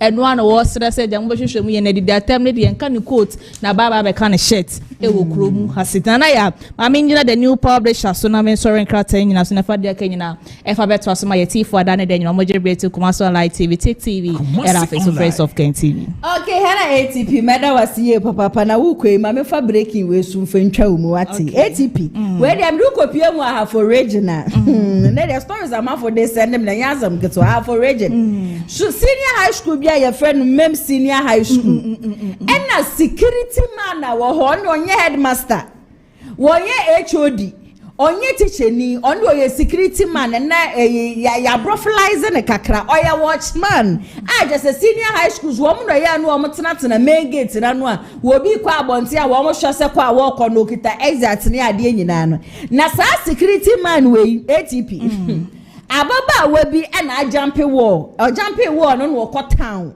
na wako town a woba no na security man show ne musa twetwe na o se as we wo akɔ town abade a me de wo kɔ disciplinary committee se wo mpesa me de wo be kɔ disciplinary committee dia di mechi na me nkɔbɔ suwum sawum te se di mechi na me fɔ nkɔto hɔ na me yi me be me mfantu awoto na me mbɔ wo jam femfa woto na bracha sababa we wo hwese de disciplinary committee yenya suspension kro obenya be 2 week suspension obesan so sign bond de odiko di security man ye chi na nyame ye na dom ena ne nanfofo ebe pie mu se na o ma ready sign na na security man na yade a wotaye ena sabre ya me no ka se nkola no akwakoto ache security man na just we Johnny shirts ready to fire wo be boja kwesiada wo be yi ni be ma onu so de fuka kada ka be ko na de full stop wo be yi de akosha baba we tu abonu so hum sawom ena nkola ko video ye e de ba abontin abraba ye bo security man o ene headmaster te de e teacher for te de e ma security man impo watchman shumpo no ATP wono so epe ate de sabre de et de no wenyanti wenyanti feelings wenyanti mofra no ebebowura honum di wo mo camera ne ade nyina no ebe cheche so ma ija ne be ma no wo kan ye e di shemu sa eto ni zip mu na we enye won ne mfam na me amiti he me makota wontina mama security ma wo hwe be ma pa ni na efu eda ne nima na ma da ho no say we wo be ma me mission no be ma me dogi no be ma me dey na ya sewa na o so twa order me dey bi o me na me a good student o now I was a very man ye bi da o dey me say we ye bi ni pe etipi obua etipi I put it to you say we ye bi enya ba one Sandra enya ba ko nya mienu nya miensa o dey me say we ye bi etipi ma na wase I don't be ka ministry ka bi enya ba me na wase we say communicators for today I ready o mo ba betena sene ya twetwe nkom nkomo e de afa ensema hodura echegu e we yaman Ghana na Alexander Afenyo markets gold bar won sansam ni ade wo so on won ti asenne wate ase akra this time de watwe na body nchechemu ni ade nyina aba wo say loss abe wono de ye gold board for na aboka still na won ji ntumu da say ye gold board for na aboka yenti ene nsem no enfemra sisia gold purchase program. Are they not talking about the forex losses? Are they not talking about the exchange rate? Are they not raising the pricing? Kwame, let me add another point. When gold board loan were here, no, honorable American wash our home now. Only the big issue page, no. Kwame, Pocho, music and mankind. Na mimi a mfamo. Kwame Mbom, to be fair, emi a politician. Ebi a metra kushi. Inti Pocho, one farmer Kwame. Can for can maybe a fabra. Where IMF, International Monetary Fund. Ghana was selected issues. Correct. Now one more Eddie Free International Monetary Fund, Washington DC. Thank you. Date no August 2026. Yo, Mpocho area minority for reporter. There be. Kwame, can brofono boko. What's it? KennedyAgyapong lottery was now the numbers. Thank you. In 2025, the significant scaling up of DGPP operations led to losses online 1.7 billion. Billion what? Dollars. That is 1.5% of GDP. Right. Almost entirely related to gold for reserve. Oil purchases. This amounted to a loss of 17% of the value of all gold sold by the Bank of Ghana. Losses accrued on gold trades are a combination of service and assay fees paid to gold board. Emphasis. Okay. Kwame, emphasis. Mate, meka obiem. Was say amounting to 17% of the value of the gold sold by the BOG. Losses accrued on gold trades are a combination of service and assay fees paid to gold board. Continue. Discounts on gold sold to off-takers, that is exporters, and most importantly, exchange rate losses from the spread between forex bureau rate paid to purchase gold and online. the CD reference rate used for BOG accounting. That's figure 7. Survey data suggests that Ghanaian ASGM, that's artisanal small scale gold mining, prices are among the abbreviation or artisanal small scale gold mining. Right. Gold. Right. Moon. Okay. Right. Are among the highest in the region. Right. So it means that in West Africa, yen artisanal gold na in yet ton, it is the most expensive. Yet ton abozin ne area yaboko. And it's a yekade, the minority no a church azim na ye kade. One ton gold in boko, ne gold board aton gold abokawa. Assembling in kodo. These accounting losses partly reflect valuation effects rather than economic costs. Stay there, Kwame. So what this means is that the argument by government abandoning Shemi there is always an economic cost to implementing an economic policy such as this gold purchase program. No, it's not correct, because per this audit by IMF, online. By the way, just for clarity, anytime IMF does a report, it shares the draft with government for government to express its own views as to the issues emanating from the report.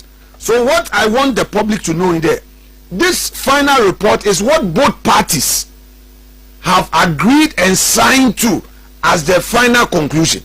Right. So from this report, the IMF is saying there, the gold for reserve program, or the domestic gold purchase program, has a structural design defect. What the report is saying, therefore, is that the policy has failed, and the losses are not as a result of economic costs. That's why they stated it in black and white. Yeah.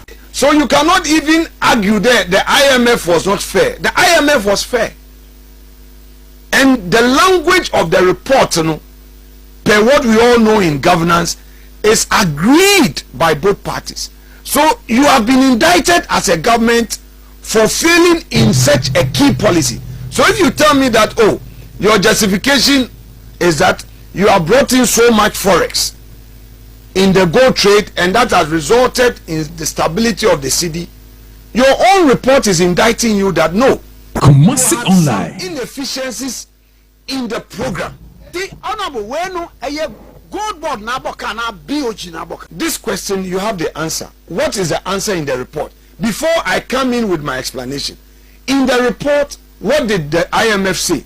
Honorable Alexander Afenyo is the minority leader, and still now all insisted say a idea gold board and na aboka and we see IMF report by any na a idea just say we trade them no cranka centrobia da enim bibia da na kwan show Sammy Gyemfi and ni abrel work kind of gold board the more can go also gold board. Wamo aboka. My guest for today, Wama Babetenasia Yeba Ababetche and Common. And the Afan Samahudra Shugu, Ewa Yama Ghana, Kofi Bediako, Ekasa Dema NDC Amanyoko Sasana say Jeffin so, Ekasa Edema NPP Amanyoko, Meko Woman Chain, na Mama Woman Yina Kwaba Shonko, Eddie Abasho on Jumedius. Say Jeff.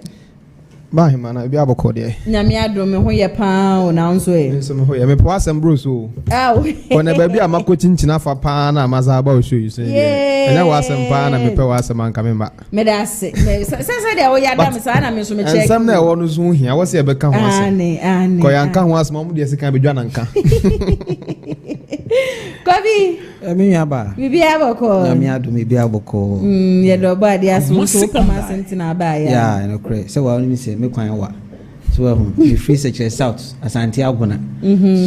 Na matima to mu aba bedu ha sei no. Na say me fa dwumadi no emi agro. Na so am say abantem. Yeah, and so Osha wa mantem amekenti wa bantem ne de. Ono wa kama hwefo nyina te say Kofi abantem, Kofi bantem, Kofi du ha be 215 mu honom ti. Ai bantem Kofi Medase akwa babio mu. MC amrane kwanti e be remo with your topics for discussion. The kind minority leader Alexander Afenyo Kensa. Chesa Sammy Gyemfi Afenyo extortionist no. Sansem no eni nyina gold board won sansem ni ade ye bisa say sadina Sammy Gyemfi ede ema Afenyo Kensa no esefata anasense emfata. Mensha se emfefru Kofi onchenye. Me aba obi kan asem mpenipa. So what you say na ade a yera Afenyo marking aye no enya ade a etwa yi kra then na why isan say or the atrocem a eni nyina so e no pese odi gu abrante Sammy Gyemfi animu ase isan say bible kra kan say utirimu fan a nti amoa enye de enkum nti abrante utirimu fan a no odi di ne dwuma e wo man Ghana mu ase nti no asemi baaye no MPP fo ejai abo Afenyo marking so na akwa nura wo hwe TV so na hwe brantie no animu a wotimi se abrɛwo ene ebre adro na animu dua no obi an se na no na ade akwa yinika isan se yeto mem ha se binwa ba MPP fo ede oman ko hye IMF nsa ye kokogi 3 billion United States dollars na sa 3 billion United States dollars na ekogi no binwa ba ensi hu ayesan wo ho 10%. Apart from sa ensi hu no so no ye hwe bi conditionalities no wontimi mfa nipa kura adwuma essence wakwaji IMF obusie enti ena me no kasei Bank of Ghana ni dwumadi o so hwe ne se awo se mo yesi kasem ejina Bank of Ghana ni dwumadi ni se o mo man ho ban ema niema entoto yie e wasi kasem ni adwadie mu no a emfaso enka ni dwumadi hu no wo de sika ekoma PMMC sa time no edian ye de friend no ansa ye be say di no ababe no gold board na saa dwumadie na ye de share saa PMNC no aye wura Sammy Gyemfi da no etuto gold e de ma Bank of Ghana menua ani gisem wom na Ghana ni bia che na kuma ato no yem ni say ye kokwaje bosia wo IMF 3 billion but within 1 year pepepe no menua ba sika ani etimi atoto gold anya free mu e de akwa adwama so no sika nkwa ni etimi anya free mu nkwa 10 billion United States dollars and say ototo gold na so de kwa adwama so na so okonya 10 billion United States dollars na so oboka 1.7 billion na menua ba wetima aka say edwadie ni edwafo ana dabi at the end of the day no menua ba ani gisi mesa wom ni say Ghana ni no na anya so mfa so e san say 1 eni mabo abafem 2 yesi kasem no so atimi agina afe ba ko ne abosom nwotwe nie moment obia nti ase Bank of Ghana ni dwumadi a wodie no enya mfa so ntia na Afenyo market no wode apobo ene ehunahuna ena na nkode ba kwa kosisi yewura Sammy Gyemfi ne san say yewura Sammy Gyemfi ede prepare ene enseyo a ne dwumadie mu no proye ne kasaze hye bia ne enimu ntie no wo say wo ya azan na brabani wo sori a wo ye extortionist so what you say see yem popo nipa anyini ho sika no eno na wa Afenyo market otie menua ye de tensei ebo Afenyo market na papa ntimi meyi na no say asema yewura Sammy Gyemfi kan oboa Sammy Gyemfi ade ne say fami court o say me Yesu kure kan say bebre gu ne ho fi na me ntimi de me nkan ho hwe ene de ba bia MPP fo musuban akwa du no ena me no ka say yasa hye ne say omra me deny say sa apobo na no nkọ pese Sammy Gyemfi agine ho sika se de be ya nka obekana no ade atu no wan fo sika na manu nti ene wo keka ne nsem no eno so say eno so me de me nkan ho hwe na me de me gina ofidi kese say OSP 8 me ne na wie ya on to ne sanfre Afenyo marking say die nti ena abrantie ede no kuredie ye na dwuma na okwa pena bona po okwa daada no agine ho sika wa abrantie so no okoye no kuredie na ode so oban Ghana wo so OSP ehwehwem wo twe Afenyo market de ne ba be gina OSP wo na kan say wo aponya zana wo na ma wo gigigi sika won krofo ho no enye suban papa. What you say? But you people have evidence to say Afenyo because I will say these are mere allegations against Afenyo markets. There's say well just careful Sammy Gyemfi. Me aba wo ko kan sa we ya na ma Ghana ni bia kra ho adwire no. Wo ma de krontia. Ye tu mu say ene aka cho say publication of false news no. So what you say? Emra betimi no wadi. Mo me kan hu say you Sammy Gyemfi ye lawyer nim papa a wo san nim de. Ene de asem ato so. Say won ka oba bepemi abomapo wosi fa se no kokota say majama na ka na Yesu kra kan se bibi fa na ho hey don't you see say ebia na on pair like on who say ebia na mo person mo drive attention from gold board loss no na fi e no be center of communication say Afenyo su Sammy Gyemfi me ba mamma instances ba ko say publication of false news no crime e wo mam ha say the center so biem upo bia policy think tank ma gidi okroma say pa Mani Ghana na Mani Ghana vice president Kofi Bento e da baba betudwa say so far there gold board na abodwumadie na dwumadie wadie na dwumadie a asombo omananya so fa so yie e wo mam ha say what you say mama Ghana ni bia ntia say amefo no nye adwumaku a omo pe ade papa afi Ghana ho esan say akwa bobosia 3 billion ensi hu a wo ho 10%. So what you say? More conditionalities. Na say enei si etima to gold. Na si enya 10 billion. Na si aboka 1.7 billion na. Wo si say dwade fo ana. There be IMF on ayo moya. The Santos ubiem. IMF for report from the bed. Baby no boss Sammy Gyemfi din say Sammy Gyemfi ama Bank of Ghana boka. Baby bien no kan say gold board so ama Bank of Ghana de aboka. Yema me no mo je emre 80 ntia say Bank of Ghana dwumadie no enya mfa so ntia. Enyi konko achi konko si esi kasem betimi agina ama dwadie aba fam ama Ghana ni ho atoye no eno ni ade de ehia na na me no kase afi ba ko ne abosom nwotwe no ye nkobu se ye maame no o mu didwa ye maame no mu hia dollars akokra ne ma wa mono ne se o ma dwadie mu te sen okay so what you say na me no kase me nwa Ghana ni bia ntia se bo o mi akana no atum hye dem o ma de kwantia no ba se me no wa beka esan say adekwantie ko yin free Bank of Ghana so na me vice president obai wo dwane afri ho enti esi ana me no ka say no Sammy Gyemfi abo me ne city to dollar home politics na no eto atwa MPP for ya come on watum okay omuntimi nkasa wo city to dollar ho yate for your submission Sir Jeff I am a das na adan na eja wo bi di asem kase yete se e di ato mo minority leader na mo fa asem nkokota mo si yan poko bonkran ye ka da wase me about ni bibi ma me fan cha kase ma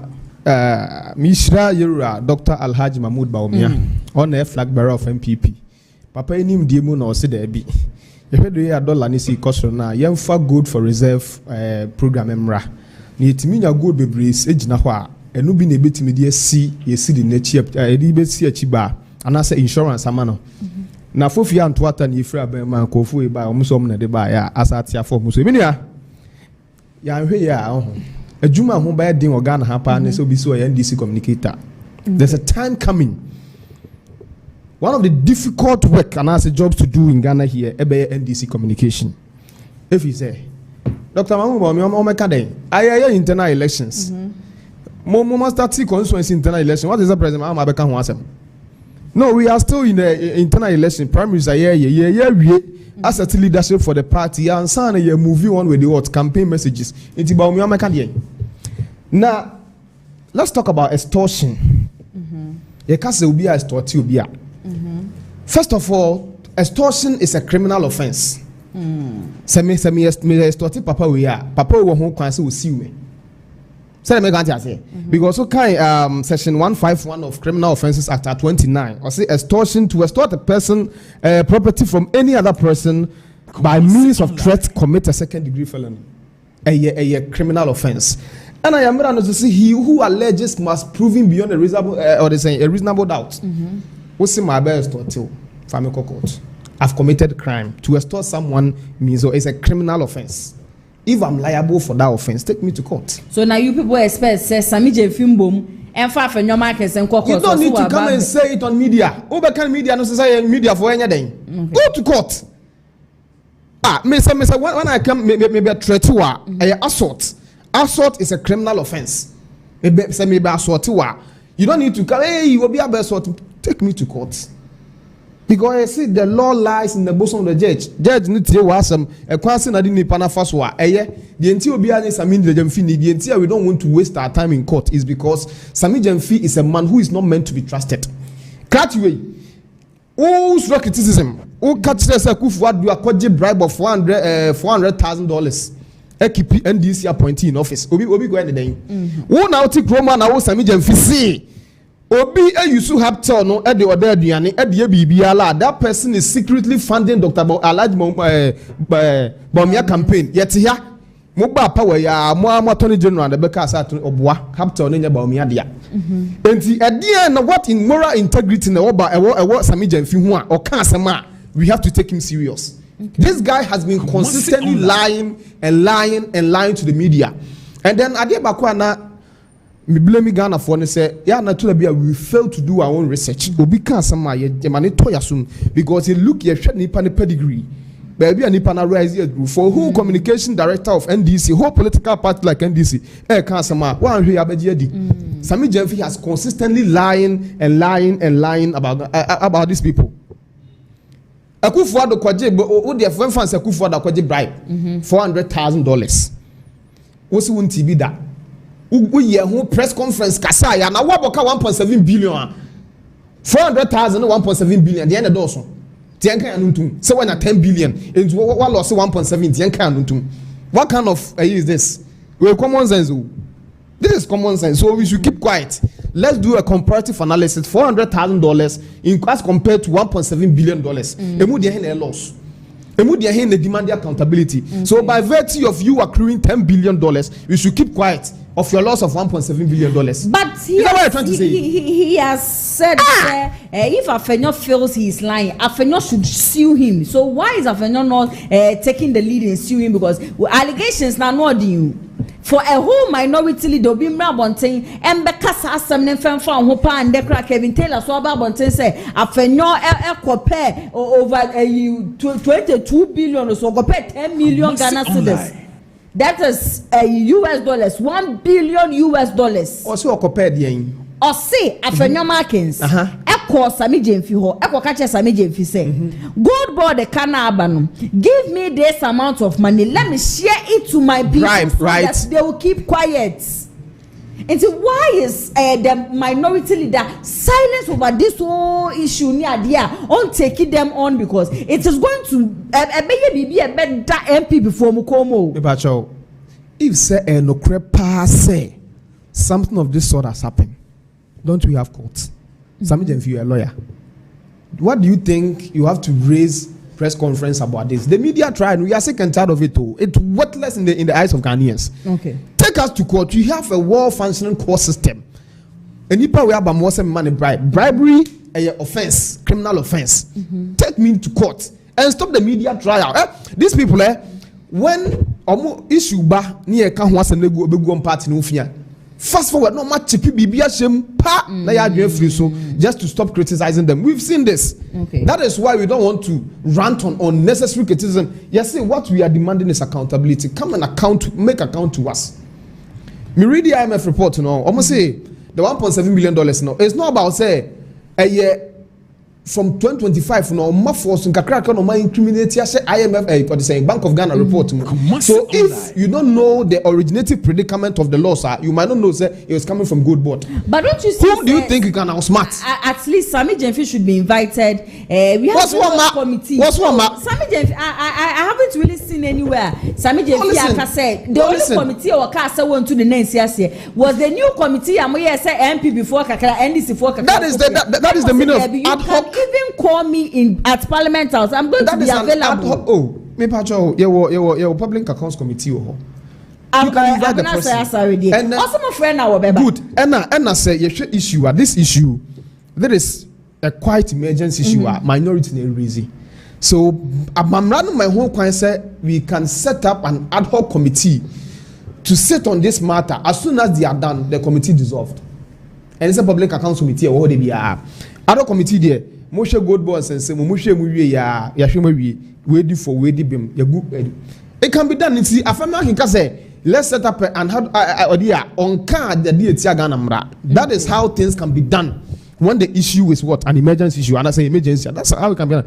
Afenyo is you are lambasting Afenyo markings for nothing because you know your guy. Munim some guy no and something send come Sammy Gyemfi na moral right ben Sammy Gyemfi also best keep accountability e dey na call NPP appointees am faso who catch the whole Samira Baumia second lady of this country say ni car ba ko on ya dey make up a yunkwan dey make up you see, can you take somebody for granted like this? No, listen. Sammy Gyemfi, let's take your portfolio as gold board aside. Wabrabo ben na wabo betimi do want to Afenyo markets. Obi a onu ane in pocket money, see a whole children's hospital man constituency. Do you think so anybody to be jeopardized? No. Now we are say one no. So I mean come and this frontier as the Mpabo kesi ni here and can entry continue osrim. Now I am telling you say one way say if you don't call your people to order, if you don't call your leaders to order, communication and defending them will be one of the difficult things to do. And one way your own customer the baby says, are you defending this? Send the MPP 2 year 4 year now. It got to a point in time. Some of the issues no defend now was him. Please be careful. Because I'm telling you for a rough fact, say NDC your only competitor, political competitor, party competitor, MPP. Okay. Yeah, we need 2020 election. I told someone NDC mapo form. So you will not stay in power for long. That's all I will say. We have to say for now. But Sammy Gyemfi must account for the money that is being lost. Okay, yes, Jeff. No, Sammy Gyemfi should account for the money that has been lost. That is 1.7 million Ghana citizens. Yeah, because we are showing I know the back and forth. Yes, are able to me. Akamet was so they want to me. It's not Mandela. His chairmanship could hurt NPP. This is coming from Musa Dankwa. According to Musa Dankwa, why post been a chairman? Want to me? What should him say? Or be regional chairman, national chairman. As I'm the neighbor from national chairman. And the MPP no say chairman. Want to me? Mandela. This whole issue. You should just go and sit down. Why are you so forcing us, chairman? We are not forcing anybody. Yeah, you enforce will be why chairman won't me? There are lots of people. But he is not the only one contesting. Yeah, so why are you people still allowing Obi Awodan in Sawom 20 years? He's not Mandela. Mandela was in prison, but he won the election. Senegal President Doumaye Faye, he was in prison, he won the election. So our very own Kwame Nkrumah was in prison, he won an election. So, so there are other people who were also in prison now on Mulusi election. So it's not automatic. Say Mandela won election, so ebi achema untumbe win. Me patchoma no susimna so nyese bi America so won win. Nemo Emrebia nsi no ho kwan say o won sawam o party ban untimi contesting. Because Emrebi o han can be preventing so be picking nomination forms. And so me yet chema untimi ayi no me try you I say the law lies in the bosom of the church.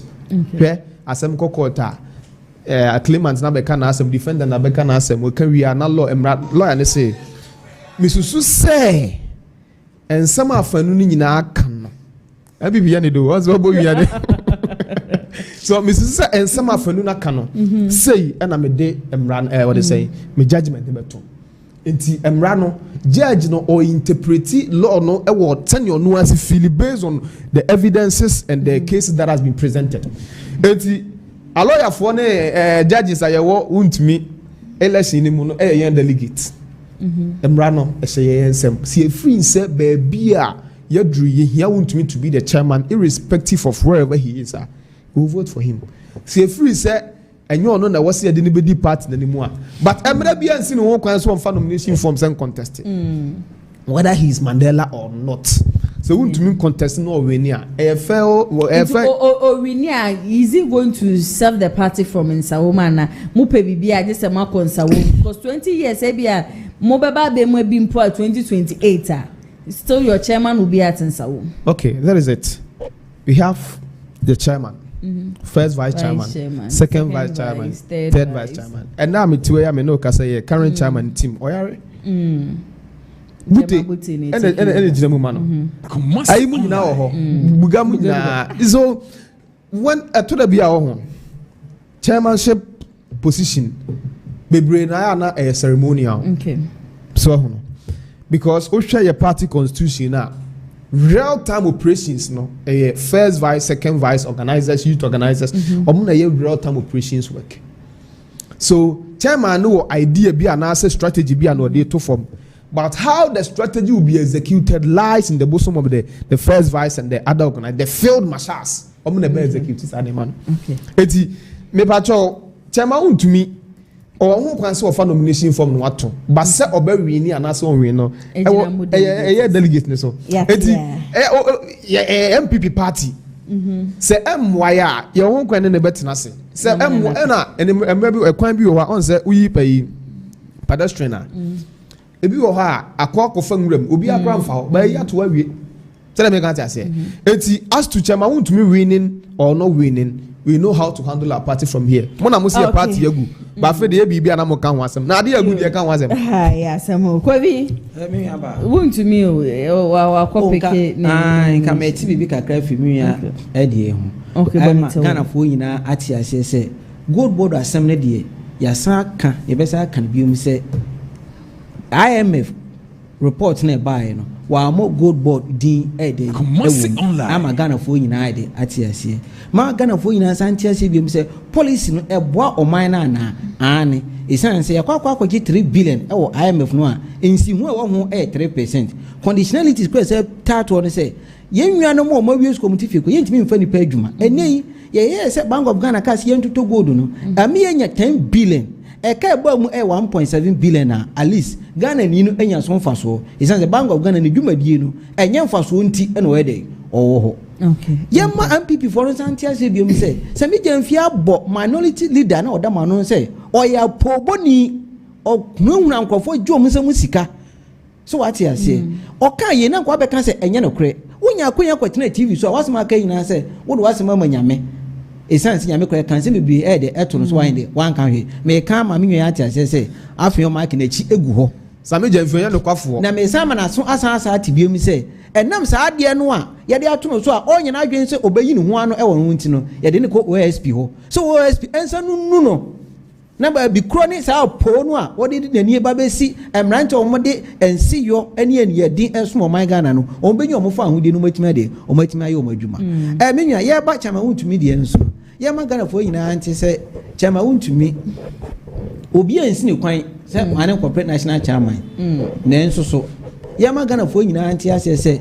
ɛyɛ kyama wontumi kwan a ɛkɔ ne fie kura mpo no ongu saa kwan no but ne fie inside no yɛ ogu okota ɛyɛ saa kyama wontumi a ana ntakyerɛ so kwan yɛde maa no a waanye ɛyɛ kyama wontumi a na mpasati kwan yɛde maa no a waanye kyama wontumi koya na yɛma no sɛ hwɛ akontomra to debi so kwan a yɛde maa dadeɛ so kwan yɛde maa kyama wontumi ɔkɔyɛ a ɔkɔkɔtwitwa wo pipe mu wopa kono kɔbisa kyama ammonia ɔwɔ na yɛde isi wɔ siesie sɛ hwɛ akontomra sɛ na mekan kyama wontumi kɔtwitwa wo pipe mu a ɛkwan no waanye de waanye tene saa nipa wei yɛsi ɛmma na konya na wɔmmra mɛpɛ national chairman ɛyɛ obi anim sɛ ɛwɔ kurom a na wɔyɛ chairman ɛwɔ NPP no Ashanti region bisa sɛ ɛmfaso deɛ bɛn paa na ɛnya no wɔ kurom ha deɛ mpa na ɔtim de na no tum under ne leadership ɛmi ɛnya ayɛ ɛnɛ yi menua KJT phase 2 ɛmfie nwɔtwini wɔntimi anya wɔn hwee last minute ade ɔtimi yɛ yaa ne sɛ ɔkɔdaadaa yɛwura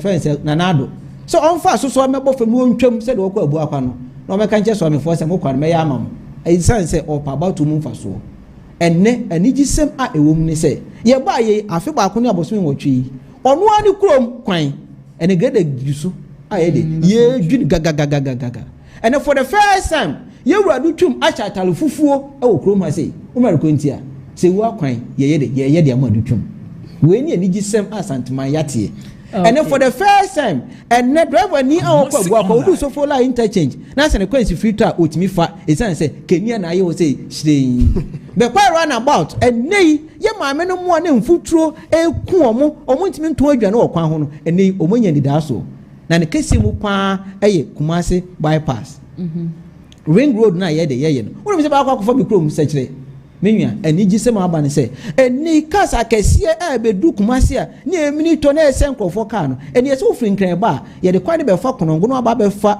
ayi ankaase ɛfɛ kasɛm wabɛfa kasɛm no aba nkwanta wabɛfa mikro mu kuna na watoto mu a poa ona we de okro we ni anigi sɛ ma na santema yateɛ so wate ase enti ema obi ehu sɛ kyama wontumi yɛ de ɛkwa na du furu pɛ ɛna ɛde na kɔ wie baabi ɛde na de ɛde na kɔ duru yateɛ yɛ kɔ yɛ rebu aho sɛ Jefiam I don't want to using 24-hour market to cover failure to implement 24-hour economy or chibe if we dey money 24-hour economy mo catch Ghana for say menua ade a Ghana for person be hu biem eye kwan ye fa so a ye diem ni kapepe ye ho e de free SHS ba ya awofo na fu mu pem catch omoma say momfa ekom any ani brain got for ban NT NPP NT yen ye tu ehufo say yen side ni bi esan say ye catch Ghana for say ye di 24-hour economy eba na aside that no so ye san e di 24-hour market eba ni mienu no enya de baako during the campaign mo ka market mienu ba ade bia ye kan ye bia ye niema ye call Ghana for ho na Ghana for the two ye nim say we ne di hia de menua yewura John Dramani Mahama eba wiamase for say ade ye hia ye market menua despite kro masem na make you wiamase for say ade ye hia de e market enti na me no ka say no ye provide market ewo 263 constituencies na some market na ye provide no e fall under local government me ma me no monti asie ye pa a local government e say e dwadie so e grow the local economy na market ye ba be say di anigi sime wo nu say ye ma me no betimi adi omudwa mo makoma to me say ye JM wa ma ke ye wu say for the first time in 24 years ni no eneni ye baba be nye dwa bank kakra wo ye baba be nye dwa ye ma me no betimi akwa adi omo ma akọ adi say ye wo dey care de esan wo ye baba be nya market ya at least bank so de esan wo ye baba be nya market ya fire station de ewom enti sa de we ya de e baba boost the local economy eno ne ba ko de santo so bi menua de sa hodura modwiregu market a modwiregu ni ade nyina 2 years ake wo betumi de wie sa 260 something constituencies ni nyina market menua ba so MCB and I say DCB bit me ko bisa for the first time no enya afi ne ko pesika no yes sika na da ho so what you say sika na da ho a wo ye dem ma wo contractor no one peking kran na wo kwa e wadwuma enya afi na matra ma ko e bia na se munya afi sika kwa ma contract me nya be sika na wo ho a wo ye de contract na che wo se nya afi na wo kwa pesika de aba nya ne se na anu no aye tibi chwo ni ma kan se sense o sha asma de be nu ntino kwa agenda 111 there be enya bi ne ba be ye but what you say music na ready contractor for no anaju awia omoye ho adwuma na about 24 hour economy no a menua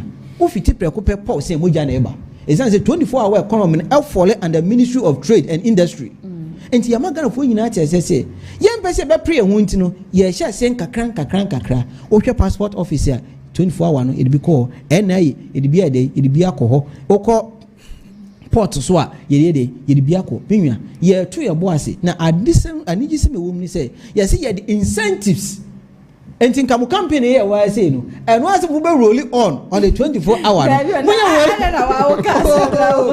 wow say adeni da eye any companies atu aguso esan say obia pemu faso nti enye ne de no Ezan say wo ni company na senka wo bia enka sema me kan enka wo baka se ye kofi ma manka ye wu ezan say ye ntimi ba me run 24 hour no ne enka njo say wo ni wo bia ono on run 24 hour o bia ono say ono on kan 24 hour no mo nyina mo ntimi ntwe the same electricity there be but what you say enti ayen kakra na say 24 hour no so no ba bia ye be ye ni bia no obo wa no ohia kwan enti e wo say sani pa ye na kwan ye de man ye magana fo nyina ntia say ayen fie nan na mo de ma ye ba ye kakra yin pa mo de ma ye mpu no ye di me di hu no kre e de amagana fo enti mo nkuma kuma ye de entu obi ye ya fe akuma ti o kasa matie na ayen ne da ye wo no listen I want to aye ne da ye wo enuntia menua ne da ye de ye wo esan say alis ka kai ko mo de ma ye mpo no ti etimi di hu no kra ye ya wonim o kasa no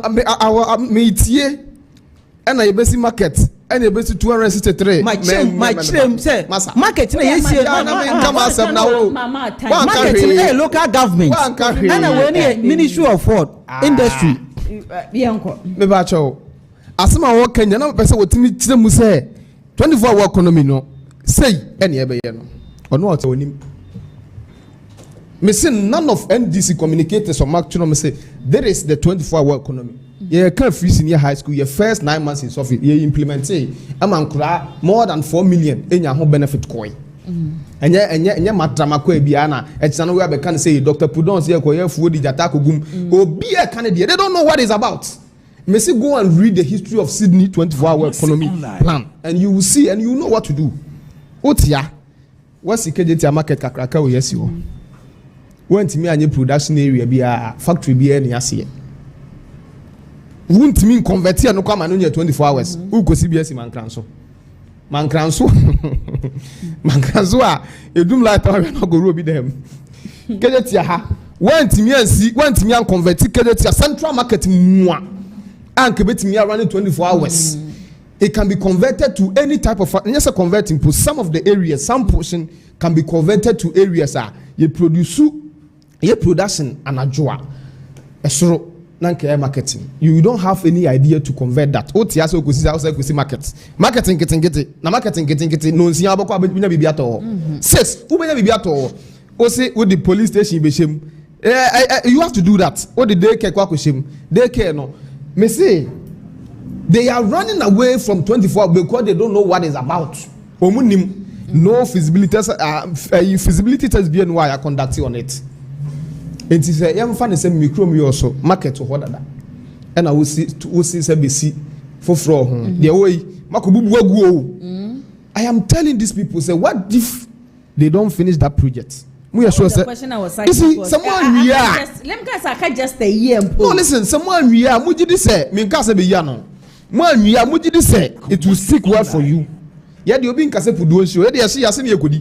But let me tell you, people, go and read and know what to be done. 24 hours economy, no. Share if you decide to start tourism in maybe tourism and kuakas or run it 24 hours. You have fancy Kwakum National Park or could day hiking. Maninka say for 24 hour economy sake, Mami running night hiking.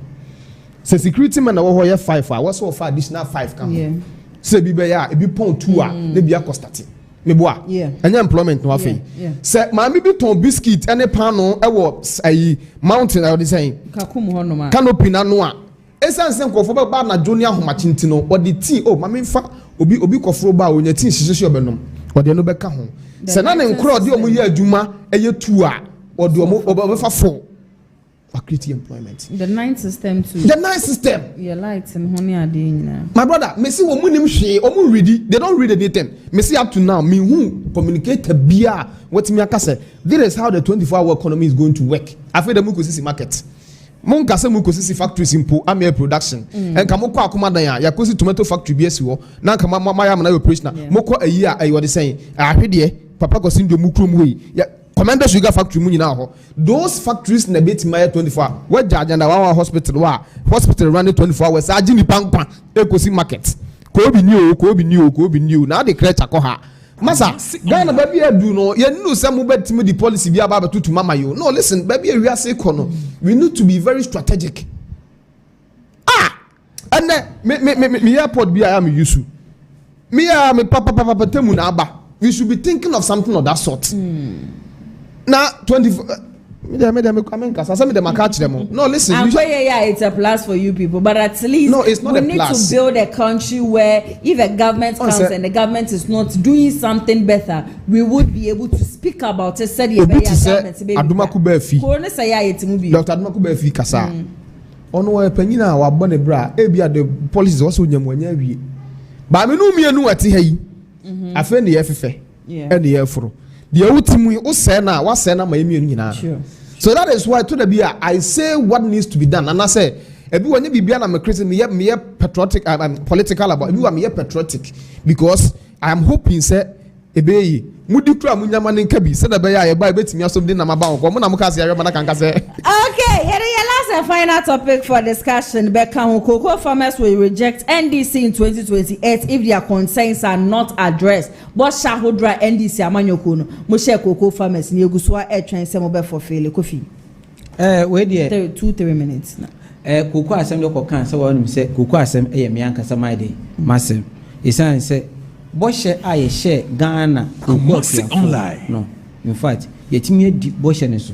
Na akuafo no so kwa san ate ase esan se ye mmobosia enfo nkonkon kutwa bosia.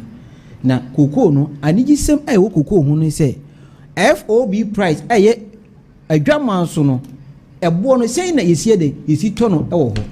Ye yadwene se ye ba ne ba bidru a ye the FOB price no de ya fa makwani ni kwampon na nye 70%. Ena me no kase ye de mra son konkra akwakoto me se bedwamu a ye first reading awia ena me no kase no ye the FOB price ena ye ba makwani no FOB price me ma me a waje mre a wutie mo sahwese kum asema me kan nyina ne se koko no bo ekoso e wadwaman so a wo sika no so beden e be kosro se koko no wadwama so e ba fam so a wo so sika na bede e be ba fam saa de we ya de akuafo na de atiase ye kan che akuafo no se enema muhia ene akande e be bo mama motimi adi mudwuma yie se koko akuafo no ye ma ne mfiri ho e de ni nyina ba be somo e bi ne de ye se be hwe ne de scholarship package e de ma koko akuafo ma eno ne ye baako ye se fertilizer eno se be ma koko akuafo ma eno ne ye mienu ye se be sa momu enuro akate ne ate e so mu koko no nti sa package we nyina ne be de ye de be mo na niji sem e wo mu se koko odua no so ne awose bo koko odua no ho ban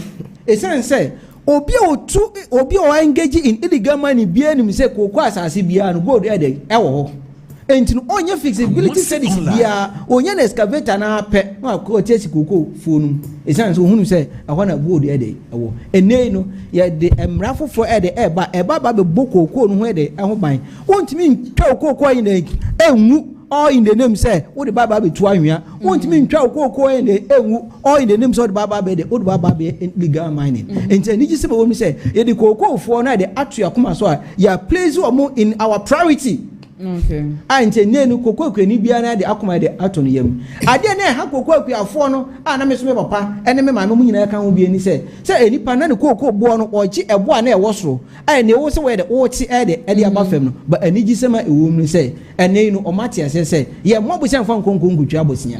Ente no o mate sa de na se e ka na esan wo nso me 2.4 billion ene so no ye de atwe kokwa ni bia ka ente nenu wo ye kokwa kwani na so de kokwa e ko piece wa baking cry you see kan ko we ni gisem ni gia aba ama kokwa kwafo akoma de ato mo yam so what you say enti ye ka kokwa asem a enya me na me baba be di kokwa hu adanse kokwa kwafo na ate ase yie na bo ya de na mo share wo mo bone nso ya de se mo ka kire wo mo se mo ba mo be mi aba mo de police enfie na ya mo de maaye no mi aba kakra mo de maaye ye di hu no kre nti ye ntwe time nso no mo ba ya amaye kakra ya mo de maaye no hu no kre die ye timi adie nti ene ye ka kire mo se mo nto mo bo ase ne di kokofo na de ato yakoma so at least e ka na e wo ne etwe nyina afi ho ani gi sem se bottom I be use 10 years MPP for kokra baaye no eno ye nkokra boto bi ansa yin de emfa ma bi kokwa akwan na enye de enye no ene yeguso ene sa akwan ni yeguso de ye ne kakran kakade de ma akuafo ene se kuani ba mumenti yo se ni se kuani ba akwa university a onya nko school kwa na aban se o sika no kwa ma part order o tuition fee ma fa ni nyina we ni gisem ayede ewo kuani ni ba na no ko senior high school no ene akwan timi didi ye ente ne akuafo ye ensan kasa biem esan se so person hu se free SHS no se nkoye no a awofo no kwasra mo ma e wo school mo nti nkra na didie mu no awofo na bedi hu adanse ene wa tese awofo bi kasa bi we ni aban papa ye ka ho asem yate ya disema aba yate kofi na ebusi last week me ka be bi wa ha se kofi wa ku se dia na no eda no oba ba bi be na sheni ye kofi as an NDC communicator kofi ko sha wodra NDC for mo share kokoo farmers and the kofi ha kasa ansem we de kire yen yo me ekuani o ma mia amafu ko various cocoa farms amafu ejada dia to ho no ensem amoka ye kofi na wote ha wo defend me aba me si minim akate ni ate what you say emu ese cocoa asem na me kan yate se Jeff ase okasa no se na meto a mesre na sa na unye kwani o cocoa me ba cho no kwasem ni me wo 1 acre cocoa farm da ho me ba cho mi wo 1 acre cocoa farm da ho eti wo ka no mesrewa ko na ka wo anu ne ko yi ka wo se wo ba no wo ba ma cocoa akuafo 6500 and 7000 ena wa sa akote so ahu hwe me ka bibia kire mo cocoa scholarship a wo kan me stam ye ketekete kura na me ti se cocoa farmer wo ba be ko school a kodi wo ko register cocoa board betimi am abane scholarship enye mo na mo de baaye entu futuro ngo Ghana fo ani enye mo na mo de baaye enne uso ma cocoa akuafo fertilizers enya ade ana ya yen ebia na ya ma Ghana akuafo fertilizers but ye tuom cocoa nim ko soro se de be yes ka na obenya no obetimi de to fertilizers cocoa farmers were not complaining okay what about 1000 Ghana what about 1088 what about to see who some of the fertilizer ba be show name gas of fertilizer oh yen fa nyam nko a o kasa no wan sam nko ma wudi ye wo sere hwa koku akuafo no munye nkwala bi on say me say ut nurse ni utina katu aso a obey demonstration by 2 months but what happened to akoko you know they are vulnerable unim so omo mre e ho na mbetimi dia fa na mahunu ko mo anya hwekwa no oni ba bia kwa a obeko na unim se wabesisi ni nti obetima to no koku amagalamsi yasinti wakoye mra twudie ya beto se kwe na wantwa no koku bia na ya fan sem wo 10 acres of cocoa land de bia metie MPP adama na me omoma me 3100 a bag and wabeti so yako 2000 plus fan sem metie minti cocoa no kwa nya 100,000 Ghana cedis da na menya cocoa mine bia ba oso asasi mehu se gold abreda nwom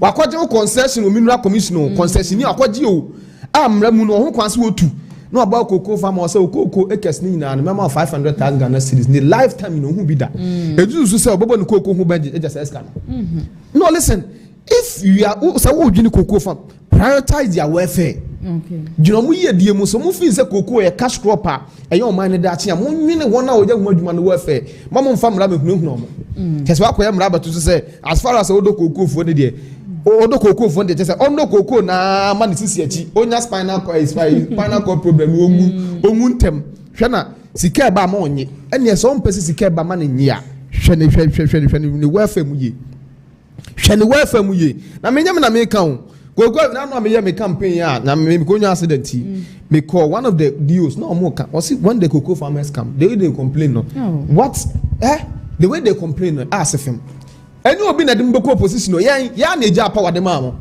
because oni aso odin you can we ye ntie enti say aban no we mitigate oil like koto won say nkasa de beto ne Ghana for ntimi nto na mum ye koto ba aban no di sika shem na ma man for ne de number form enti na sa aban no sika odi shem no wan fa sika dodo wan sema na afei fu no ekosoro and so hwe cocoa farmers look at how they've sustained the economy of Ghana since time immemorial. Na say Ghana yate so into man ntimi step in, the government cannot step in. Na on so na emu mama such thing at into mo say wasa ko family twitwi dia betom so say otwa no kogogo abeche no ene mbenya ache yen because me just agree kogo na mpiem because gold me gold mining area o do na ba nye do ketwa o na ya nye do ketwa. No, listen, if I don't see what I want you me some hu de me person mama hu na mo ko so hu na ye ne mrasem na yatete musika so ma chi go. Okay, mwechi egu hono mame nko comment section na say Emilia say na ya say well, ask my brother NDC man if he can explain the 24-hour economy as market for his school. Okay, if he can explain. Teacher, he will go to schools. I comment na no dey dodo. Teacher will go to school, he will get 0, he will fail, useless explanation. Start reviewing the companies collapsed by PNDC and JJ. Me or him say what right does Sammy Gyemfi have to speak against someone? He lied so much for NDC to come to power. The NDC guy is a liar. When did NDC say that they will build markets during their campaign? NDC they are scammers. So is this the explanation for 24-hour economy? Emilia says so population of 6 million people in NDC. Nobody can explain 24-hour economy. My God, NDC go to Olam company. They run 3 shifts. This 24 hours economy starts opening companies. That or open market is a waste of time. My brother NDC. So this is how you explain 24-hour economy. My God, this man should be sacked from the studio now. Shame unto you, even your main man Mahama couldn't explain. My brother, stop that. My brother NDC man, this is the asking you 24-hour economy, not free education. Answer the host question. Yeah, that is coffee. Oh, watch the 24-hour economy seminar and but Sadiq, say God bless the holy Imam Ghanaians here thinking Apo, you know Apo is sweet. Okay. Gilbert dance was from Nana Pamed Danso Hamburg, Germany. Stay blessed. Watching you live from Hamburg. Powerful program. Keep it up. Stay blessed. Thank you so much, dear. So far, comments Nibia Abebano Ena Makin Kaini Ninano Ede Ama Kofi Obi Abaso Chani Chani and so you made so much. As said, yeah, kono de mede enchasunko ebema Papa J on a Ofurukum communication officer. Any Papa J say ye be a queen at war. Obeba for deputy communication officer or NDC. Papa J at least or born whom papa. Tibabia will be a mechan. And I'm Mamon Kabori. Mamon Kabori so and Udi na wada. Baby will be a young point on to no quanem. Mamon Kabori is so far there. And whom modern by the Wabointino. We so be I am Obian contestant. Omra NDC communication officer. Our Shanty region. Mamon Kabori will be an Yami Winshan.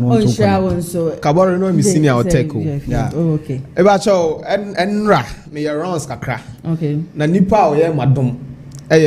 Me second vice chairman, Mr. Denis Akomia, on the CEO of YOS Car Rentals or Patasi. In fact, me car na me koji me the rounds and running no paya na me ye back once na me. It be sell me channel so. Afenso. Oh, sponsorship never ba. Makachens ha na me ba ne be ba. Afei me constituency chairman Osu Bana Hene and Chashon Constitution Command. Afei honorable Elvis Mensa da pa. Etiketwa eda so so da papa. In fact, ye be hwe amanako ako biem. Oh, good.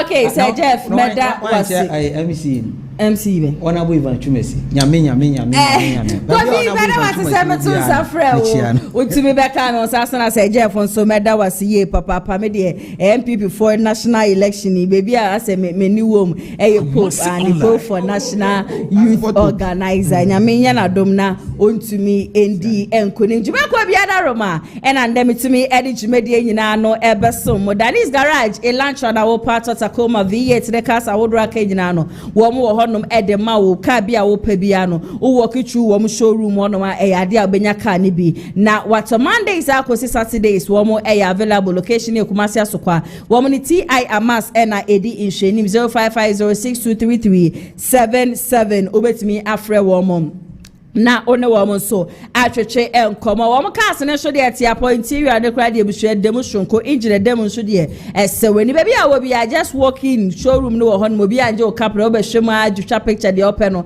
na watisika na ode ato police ban for so asomase ajasenda no metimi edi shoulder jumedie no aba be so moje number we fa to 0244582993 and number na mabobo edi ama mabobo wie ne de na me ka cha say 24 hour economy and Kofi eti fidiem hanum si ya emu chechiremu aye din ye papa ede amano no ndc ba ye bo sha hodro mu sha ye adwuma besi na adwuma ne ye nya bi mesraw police ban for enipa etuto ankasa bebi a wo bia no kopiemu e wo Misty Herbal Center mrom Kumase kona koje wo de we employment enu ne nebo enya de bo no ya de da fom ye papa o ye kokoo fama so a na nse ya jeseja ye de abasa untumi nko kokoo fam no fama galam say yes no what drama usisi nyina wotiri umukura na enye ye ko pharmaceutical shop na se chemist shop bia kona kwaje police bam ibi yemfa massage o kama na tumi gina wona so brane ankasa baby a wo bia Misty Herbal Center open duru to a okọ honom a wo mo honom edema me sambo bo wo number no edi ama 0244582993 wo mo number no ntifre wo mo na dodo bia wo petu bia ne yemfa mama me da production team ni nyina se hana ATP ensama hodo aba won krata ne mo ne ade nyina wo de be so bia camera ne MC so de kwajo yeboa ne sanu adwuma ene twegu executive producer Mr. Daniel yebo unfortunately na mentibia mbie phone lines na mfanto nyame ya no ma chena ade ababie phone lines no ede atum se de be ya mo ambase bo ba dwumedie no so ne ade nyina no mo betimi abaso me am tira dwamdi dwumedie be so mo medei ede nana ya se nyame ya no ma chena exactly 2 p.m. yebesa so ede ehia el show da dwumedie so for now ne de makra mo stay safe.